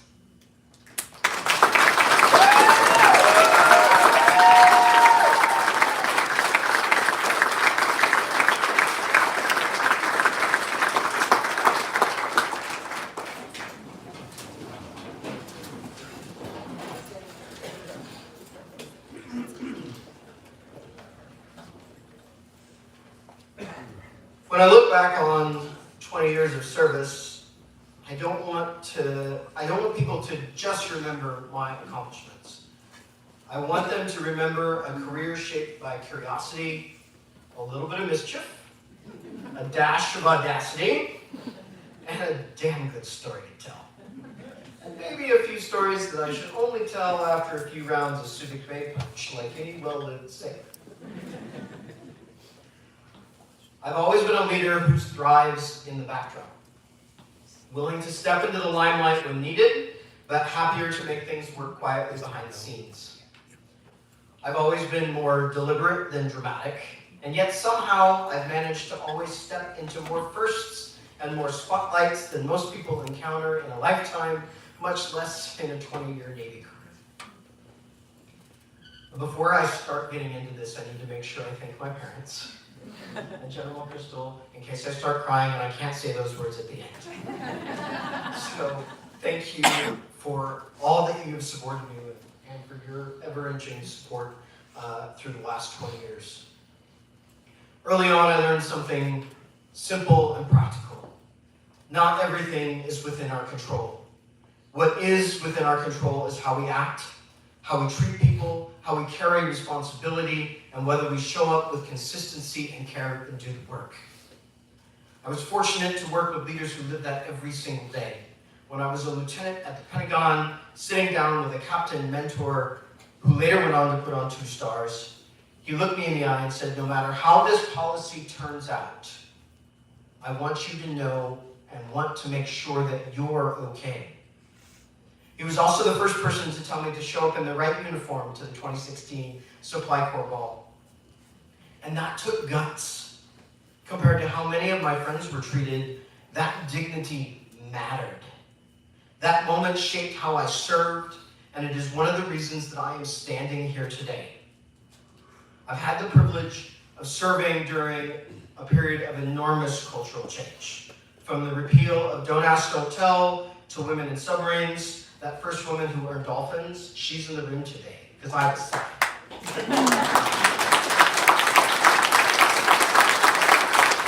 Women in combat, uniform changes, We got rid of the bucket hat, we brought back the bucket hat, we got rid of so all those things.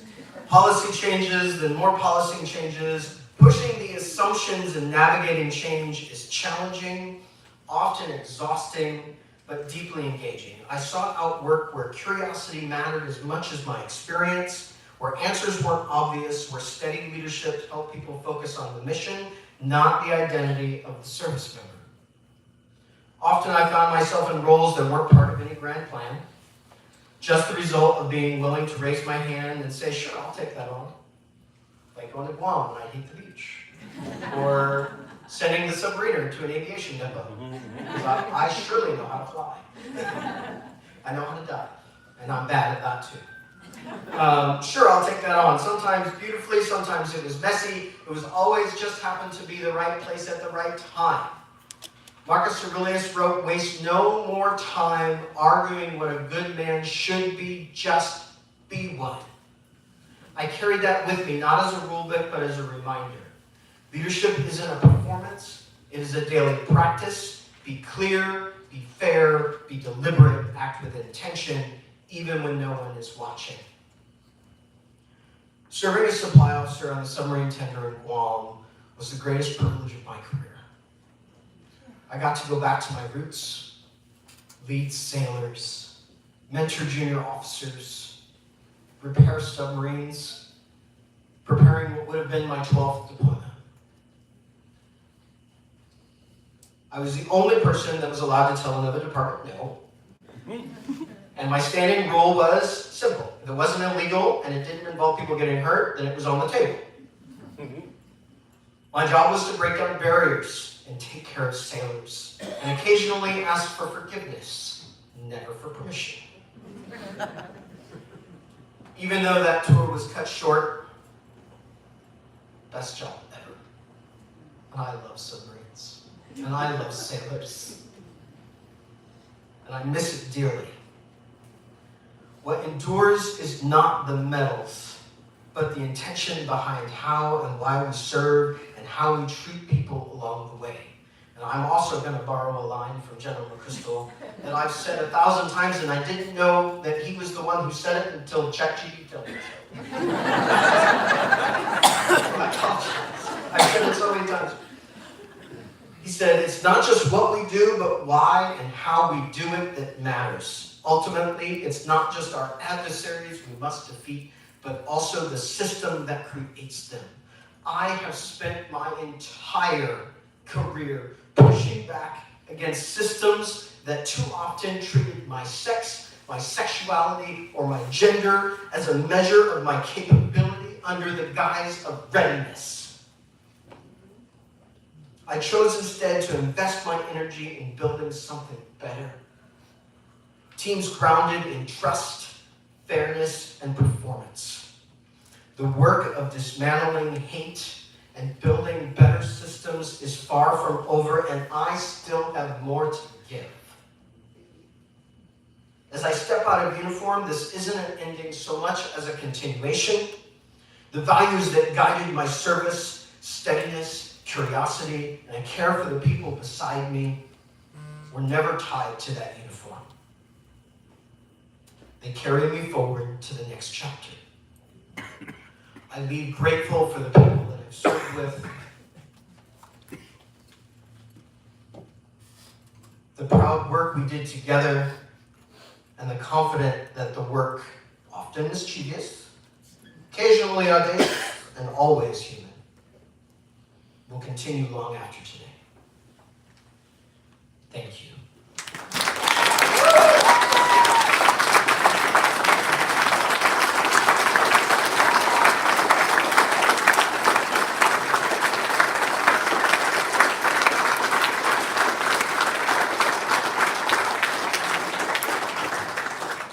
Thank you, Blake.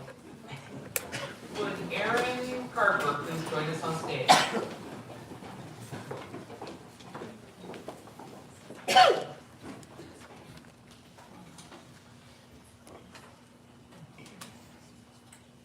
Good afternoon.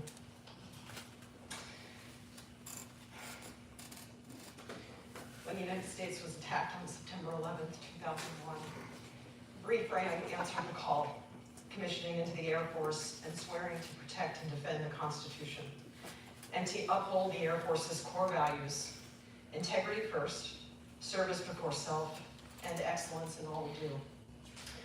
For the next 16 years, until the stand-up of the United States Space Force, Bree did just that. Lieutenant Fram's first assignment was at the Air Force Research Laboratory, where she worked on spacecraft mechanisms. During this assignment, she deployed in support of Operation Iraqi Freedom, serving as a sensor specialist and airspace coordinator for the Horned Owl, a C-12 aircraft that was modified to detect IEDs. Lieutenant Fram planned over 300 Horned Owl missions and saved the lives of countless American and coalition forces. Her work to reduce the cost of spacecraft launch and to protect the American forces in Iraq earned her a rank of #1 of 26 lieutenants at AFRL when she departed. After completing a master's in astronautical engineering at the Air Force Institute of Technology, Bree promoted to captain and was assigned to the Space and Missile Systems Center, the first place we worked together. She worked on space-based infrared systems, or SIBRs, a constellation of satellites that provide missile warning capabilities in defense of our homeland. She graduated from Squadron Officer School as a distinguished graduate, top 10% of her class, and was selected to work on the staff of the 3-star commander, providing fiscal and technical insight into the $1 billion SIBRs portfolio. When she departed SMC, Captain Fram was ranked as the #2 of 437 captains at SMC. For her next assignment, Captain Fram went to the National Reconnaissance Office's operational unit in Colorado. There she managed operations and maintenance efforts, ensuring that our critical national intelligence systems were available 24 hours a day, 7 days a week. In her first year, Bree was ranked as the #1 of 172 Air Force captains across the NRO. The following year, she was promoted to major, and when she departed that assignment, she was in the top 5% of majors across the organization. Major Fram was selected for the prestigious Capitol Hill Legislative Fellowship Program, serving on the staff of the ranking member of the House Armed Services Committee Readiness Subcommittee. As a follow-on assignment, she went to the Pentagon to work on strategic planning for the Air Force budget, and the quality of her work earned her the position of executive officer to the 2-star director and a rank of #1 of 12 majors in that organization. She moved to international affairs and was the Iraq country director, managing foreign military sales cases worth over $13 billion. Bree pinned on Lieutenant Colonel and was ranked #2 of 34 field grade officers in that unit. In June 2018, Lieutenant Colonel Fram returned to AFRL for her material leader assignment, managing a $940 million portfolio executed by a team of 220 military, civilians, and contractors. One of her responsibilities was to lead the transition of a counter-small unmanned aerial system from tech development into operations. Under her leadership, that system was fielded to defend a Navy hospital ship that supported American civilian hospitals during the COVID pandemic. For their work to operationalize the counter-UAS system, Lieutenant Colonel Fram's team was recognized as AFRL's Team of the Year. A recognition, she tells me, is one of the most proud moments of her career. At the end of her assignment, Lieutenant Colonel Fram was ranked #1 of 69 lieutenant colonels in the organization. As Lieutenant Colonel Fram was wrapping up her ML tour, the Space Force stood up and she became a guardian, committed to upholding the new service's values: character, connection, commitment, and courage. No surprise given her record to date, Bree hit the ground running. She went to Naval War College that year and graduated again as a distinguished graduate in the top 10% of her class. Bree left Newport to return to the Pentagon, first working on the stand-ups of the new space acquisition staff function, our second time working together. She was tenacious, driving critical organizational and policy decisions, and was ranked #1 of 19 lieutenant colonels in the organization. When she was selected for promotion to colonel, she earned a line number of 2 of 55. For her final assignment, Colonel Fram moved to space staff, where she was responsible for integrating joint space requirements for all of the services. In her performance report in May of 2025, her leadership noted that she was, and I quote, absolutely phenomenal, and recommended her for a command position. Colonel Fram's records are clear. In her 22 years of service, she upheld both Air Force and Space Force values, excelling in her work and earning opportunities for increased responsibility and leadership. But what her records don't tell you is what her leadership meant to her teammates. So I'll leave you with these words shared by a major on one of those teams. Quote, Colonel Fram leaves behind more than just accomplishments. She leaves a legacy of authenticity and resiliency. She showed those around her that it's possible to serve with excellence while staying true to who you are, and that example is one of the most meaningful contributions a leader can make. Her impact will continue well beyond her time in uniform, and I am so grateful and honored to have served alongside her. Ladies and gentlemen, Colonel Bree Fram.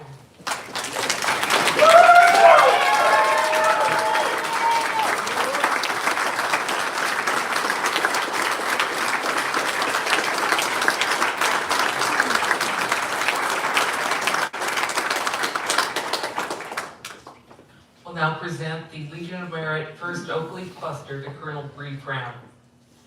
To all who shall see these presents, greetings. This is to certify that the President of the United States of America, authorized by Act of Congress, July 20th, 1942, has awarded the Legion of Merit First Oak Leaf Cluster to Colonel Bree B. Fram for exceptionally meritorious conduct in the performance of outstanding services from 1 July 2024 to 31 December 2025. Colonel Bree B. Fram distinguished herself by exceptionally meritorious conduct in the performance of outstanding service to the United States as Chief, Requirements Integration Division, Integration Directorate, Deputy Chief of Space Operation, Strategy, Plans, Programs, and Requirements, the Pentagon, Washington, District of Columbia, from 1 July 2024 to 31 December 2025. During this period, Colonel Fram led the creation of Space Force unique policy and process for developing capability requirements, including the publication of the first ever Space Force Guidance Memorandum on Operational Capability Requirements. Her efforts built the Space Force requirements process, pushed execution authorities to the field, and ensured the Deputy Chief of Space Operations had the appropriate oversight of the entire space portfolio. She remade the Air Force legacy process for requirements validation by cutting an oversight council and reducing the coordination timeline by months. Colonel Fram oversaw the development and submission of Space Force input to congressional reports that could lead to a fundamental reshaping of how the Department of Defense manages requirements and capability development. Bree also led the first ever Space Force Requirements Summit, bringing together component field commands and staff agencies to identify capability gaps and propose pathways to capability delivery. Additionally, she published an integrated space-based sensing and targeting capability delivery document that will ensure synchronized effects between the services and the intelligence community that flows long-range kill change for combatant commands. Furthermore, she co-led the Joint Space Requirements Integration Cell, ensuring the Chief of Space Operations role as the Joint Space Integrator for the Armed Forces was aligned with the Joint Staff's authority to validate capability requirements. Finally, Bree built a digital requirements ecosystem to enable model-based systems engineering across capability development and the force design process. The singularly distinctive accomplishments of Colonel Fram culminate in a distinguished career in the service of her country and reflect great credit upon herself and the United States Space Force. By order of the Secretary of the Air Force, Colonel Bree Fram stands retired as of January 1st, 2026.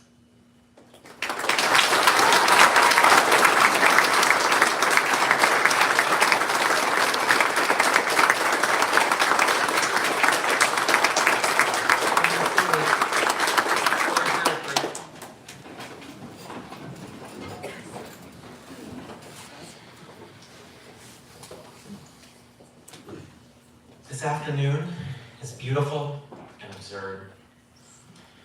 We gathered to honor 5 decorated military careers at the very moment our country forced us out of the uniforms we were honored to wear. Retirement ceremonies are supposed to be about closure, about a job well done, a chapter gracefully ending, and often a promise to slow down and finally give our families the time they deserve. I wish I could give that speech. My wife and kids are more than do their flowers. They've moved, waited, worried, and held things together through deployment and extended TDYs, late nights, and the constant uncertainty of military life. They have sacrificed time and time again. And today, instead of promising them a quieter life, I'm about to ask them to sacrifice one more time, because my story and our story isn't finished.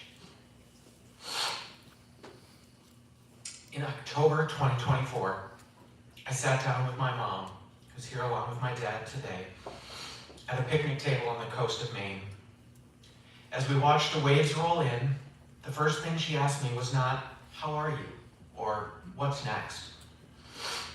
She looked at me the way only a mother can and said, "What's your plan to flee?" At that moment, more than $200 million was being spent on presidential campaign ads, which told our country that people like those of us on this stage were a threat, that our very existence was something to fear. My mom wasn't talking about politics. She was thinking about history, our history. My great-grandfather Ludwig fought for Imperial Germany in World War I. He was a highly decorated hero, an Iron Cross first-class recipient. My great-grandmother Paula lost all but one of her brothers in that war. Their roots in Germany were deep. Ludwig believed his service would protect him, even as a Jew. When brown shirt thugs held him at gunpoint and tore through his hotel, he believed his uniform and his record would keep his family safe. It didn't. The illusion shattered when 2 people were found hanging from a pole on his block, both naked, one Jewish, one Christian, with a sign underneath that said, "This is what happens when you pollute the Aryan race." That was the moment it became undeniable. It was time to go. Thanks to a narrow window opened by the Berlin Olympics, Ludwig and Paula grabbed their young son, Fred, boarded a train to Paris in the middle of the night, and fled. The next day, the SS came to the hotel they had just departed to arrest them. They were among the lucky few Jewish refugees allowed into the United States. That's the story that was echoing in my mom's mind when she asked, "What's your plan to flee?" She was afraid that my faith in my uniform would blind me the way it had blinded Ludwig. That I would believe my medals, my rank, and my 23 years of service could somehow protect me, my trans kiddo, and my community, right up until the moment they didn't. In a sense, she was right to worry, but she was wrong about my answer. I didn't grow up expecting to wear a uniform at all. On one side of my family, I can trace American military service back to the Revolution and government service back to a member of Virginia's House of Burgesses in the 1650s. On the other sides, to refugees who arrived with nothing and gave everything when democracy needed them. My grandfather Paul, the child of immigrants and refugees from Ukraine and Latvia, served as an Army Signal Corps officer in World War II. Twice he found himself behind enemy lines. Twice he used courage and guile to convince German units to surrender, once holding several thousand prisoners of war with 20 of his own men for 2 days until the rest of the army arrived. My grandfather Fred, Ludwig's son, raised his right hand the moment he was old enough. He asked to be sent back to Europe because he knew the evil that needed to be stopped. He became the youngest first sergeant in the European theater, earned 2 Bronze Stars, and turned down a battlefield commission for valor so he could stay with his soldiers. I grew up believing they had finished the fight. Nazism was a relic. We had won the Cold War. A Pax Americana stretched out before us. I thought my job was to enjoy the freedom they had already secured. Thanks to Star Trek, I had a different kind of uniform in mind. One to help us find new frontiers in the stars. I wanted to be an aerospace engineer, maybe an astronaut. I graduated college in 2001, ready to launch into that future. Then, on September 11th, I woke up to falling towers and a Pentagon in flames. In an instant, I learned what so many generations before me had already known. Freedom is not self-sustaining. It is not inevitable. It requires people again and again who are willing to stand up and say, if not me, then who? After a long bureaucratic slog and more lost paperwork than I care to remember, I raised my right hand and swore the oath to support and defend the Constitution of the United States. At my commissioning, my grandfather Fred was there. He gave me my first salute. His smile was so big you could see it from orbit. His grandchild in a United States military uniform. That mattered to him in a way I still didn't fully understand. Afterwards, we went back to his hotel room. He handed me a box. I opened it and found one of his Bronze Stars mounted in a frame with a quote.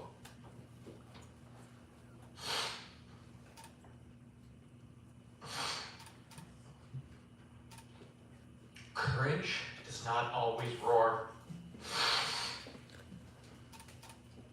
Sometimes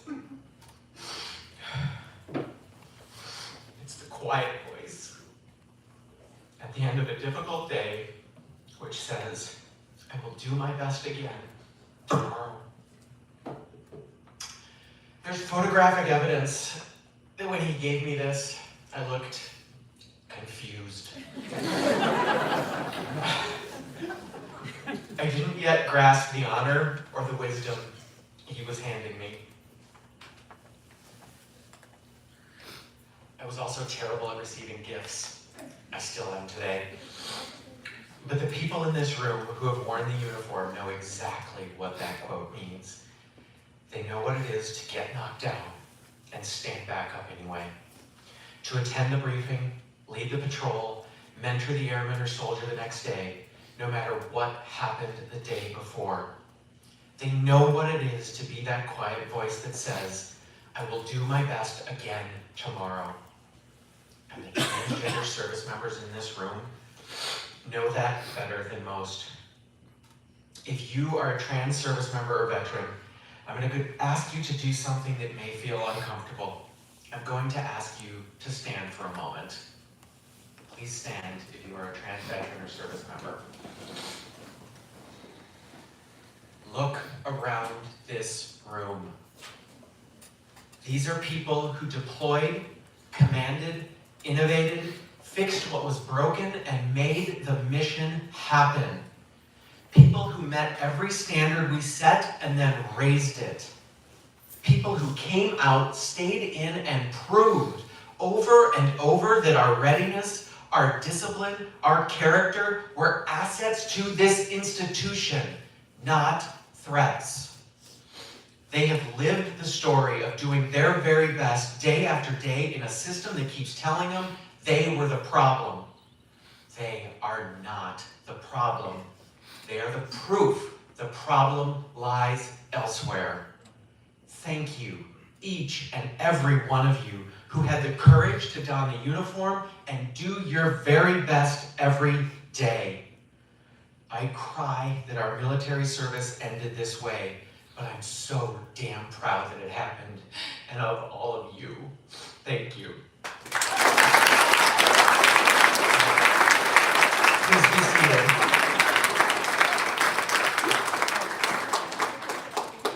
For me, and I know for many of us, it was the military itself that gave me the tools and courage to become the best version of myself. The discipline, the community, the sense of purpose. It all gave me the strength to come out, to transition, and to serve authentically. And when I did, something incredible happened. My performance improved. My teams thrived. My colleagues had my back. Nothing illustrates this better than my last meeting with the Joint Staff. Because the Space Force is so small, we often send someone 1 or 2 ranks below the other services to meetings. So I found myself in a room full of admirals and generals, last in line as we went around the room for closing comments. After a work-related update, I shared that it would be my last meeting, and I didn't know when the Space Force would have a permanent replacement.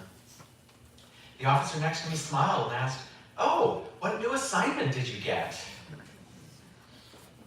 I told him I didn't have a new assignment, just that I didn't meet this administration's standard for military excellence and readiness, which was the title of the executive order that labeled transgender service members as dishonorable, undisciplined liars who lack the humility required for military service. It took a moment for that to sink in. And then, in a scene that mirrored what happened 9 years earlier when I first came out as trans, but this time tinged with the sadness of past tense, a room full of admirals and generals stood up, walked over to me, shook my hand, and said, "It's been an honor to have served with you."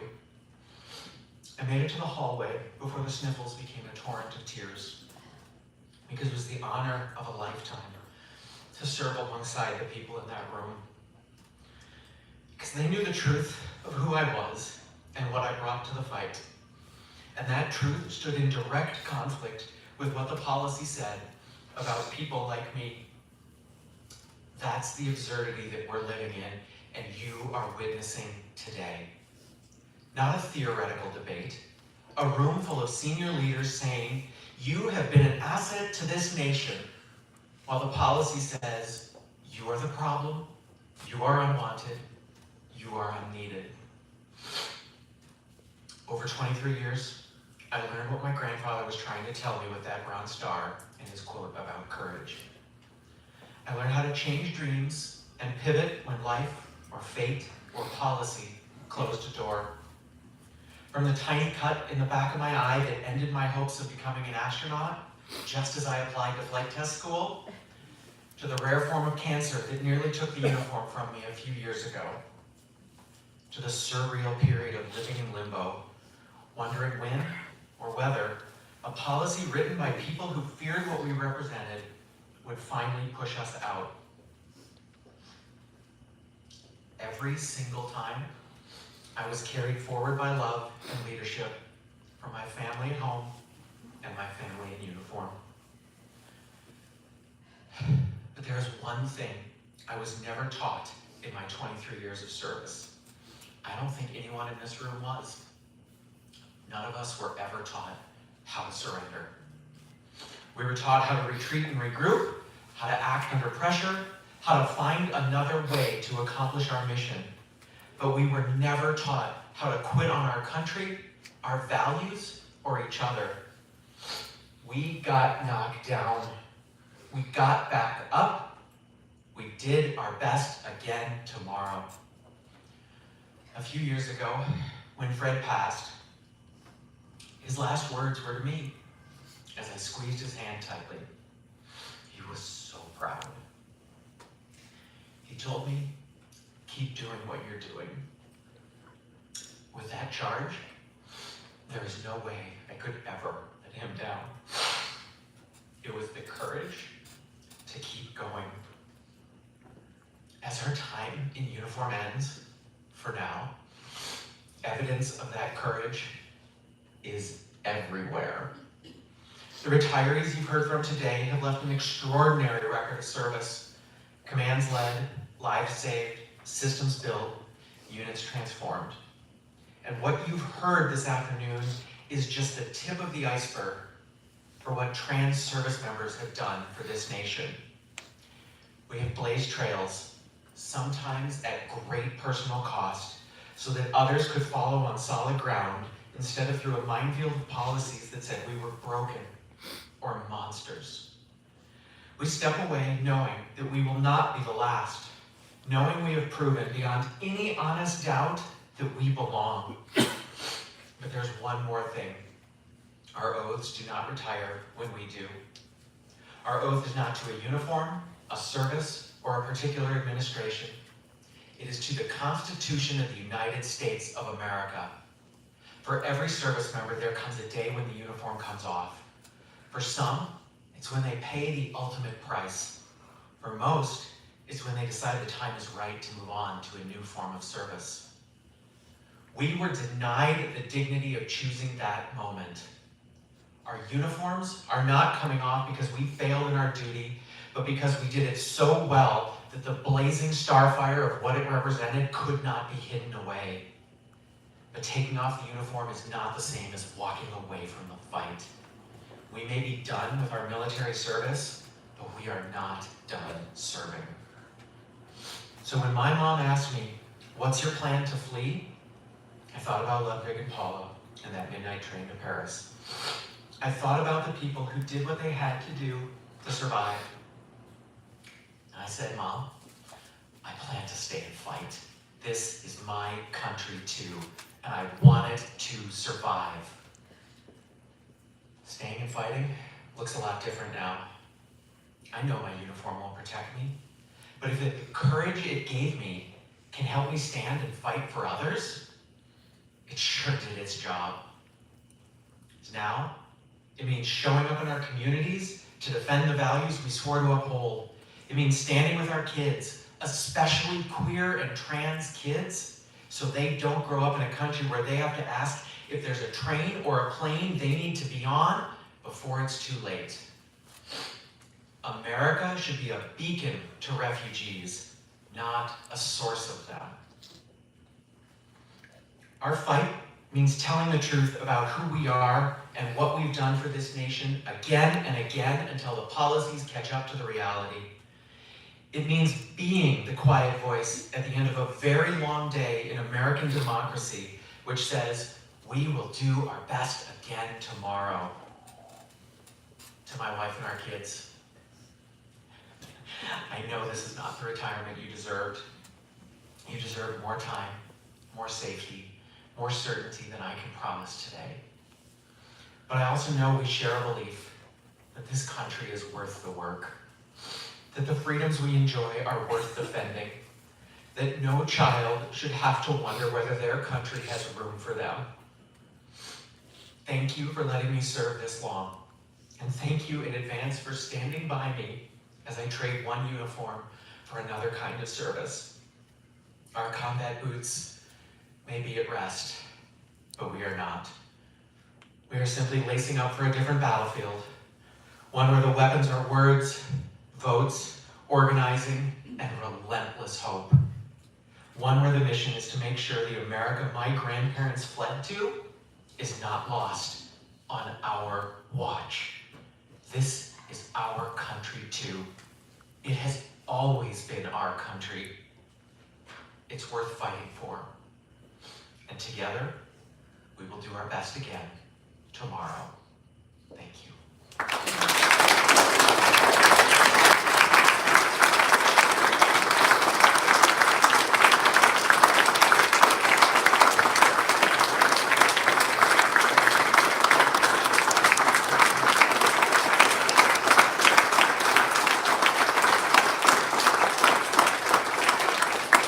Thank you, Brady.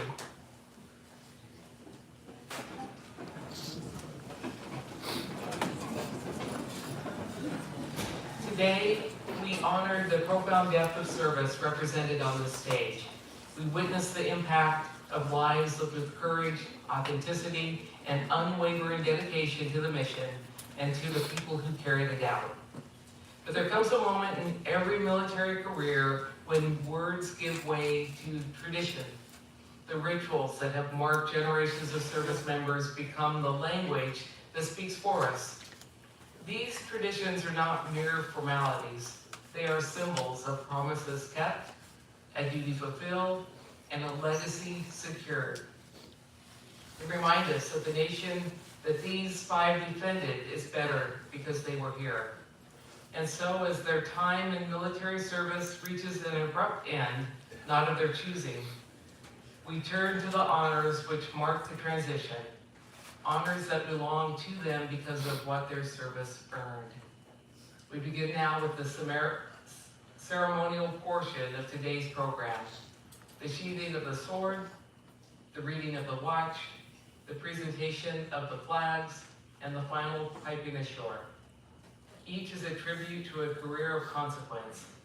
Each is a reminder that although their active service ends, their impact endures. I'll now ask General McChrystal and Sergeant First Class Schmidt to move to the front.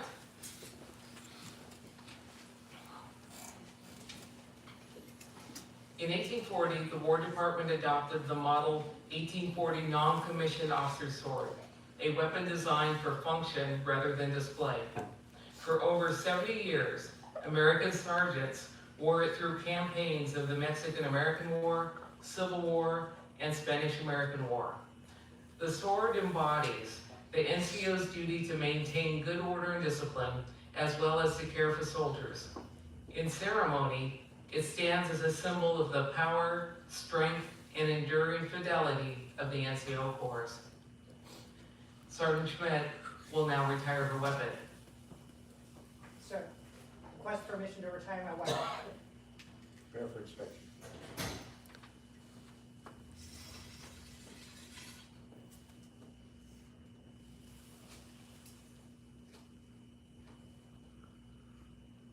At this time, Sergeant First Class Schmidt is presenting her weapon for final inspection, signifying the formal relinquishment of her duties and her gratitude for the privilege of service in the profession of arms.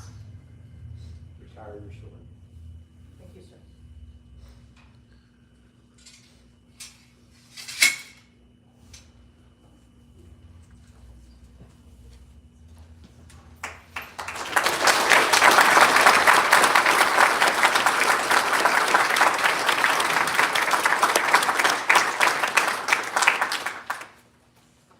I now invite our joint service team to read the watch. Retiring members, please stand.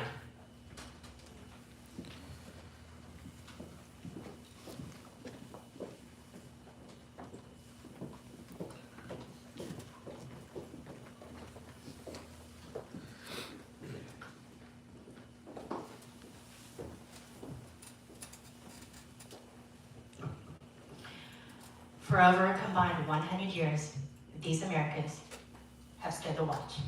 While some of us were in our bunks at night, they stood the watch.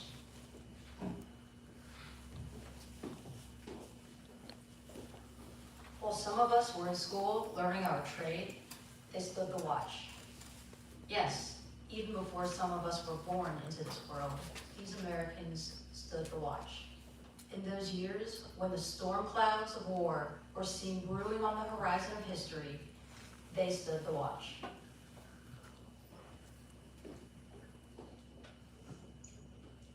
Many times, they would cast an eye home and their family standing there, needing their guidance and help, needing that hand to hold during those hard times, but they still stood the watch.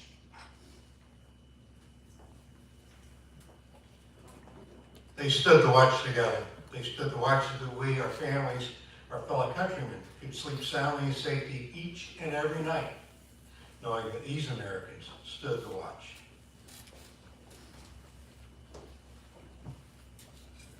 Today, we are here to say, though not of your choice, your watch stands relieved. Relieved by those who have trained, guided, and led, these Americans stand relieved.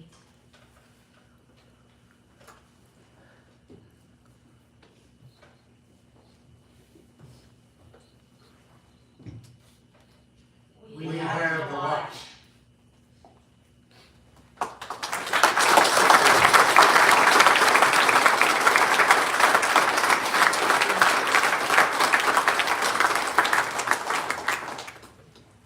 Side boys, post.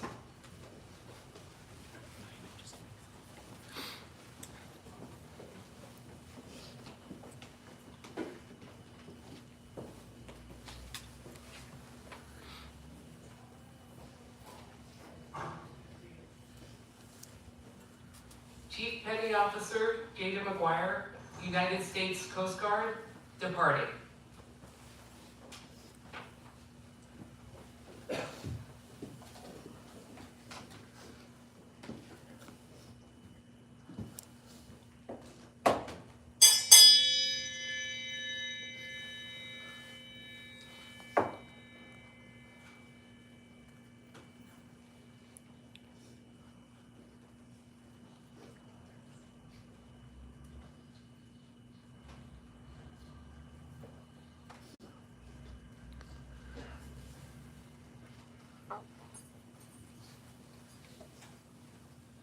Sergeant First Class Catherine Schmid, United States Army, departing.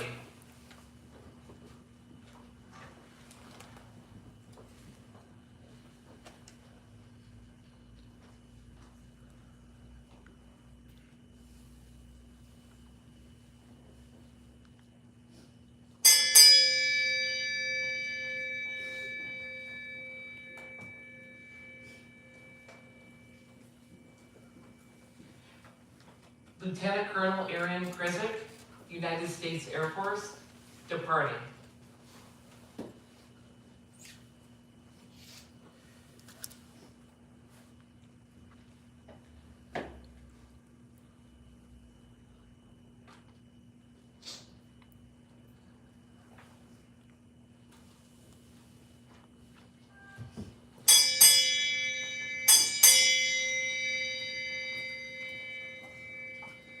Commander Blake Drummond, United States Navy, departing.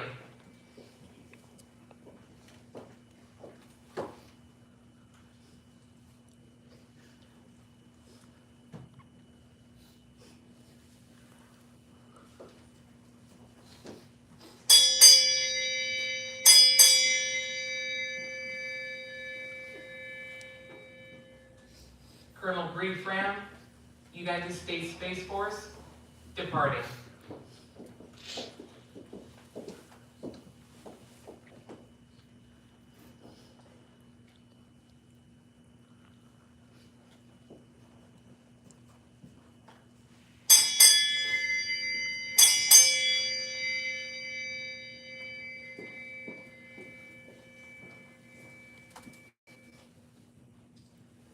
Side boys, left, right face.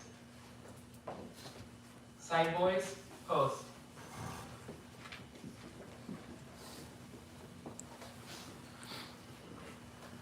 This concludes today's joint retirement ceremony. On behalf of our retirees, thank you for sharing this moment with them. Please join them for a reception in my right of the room.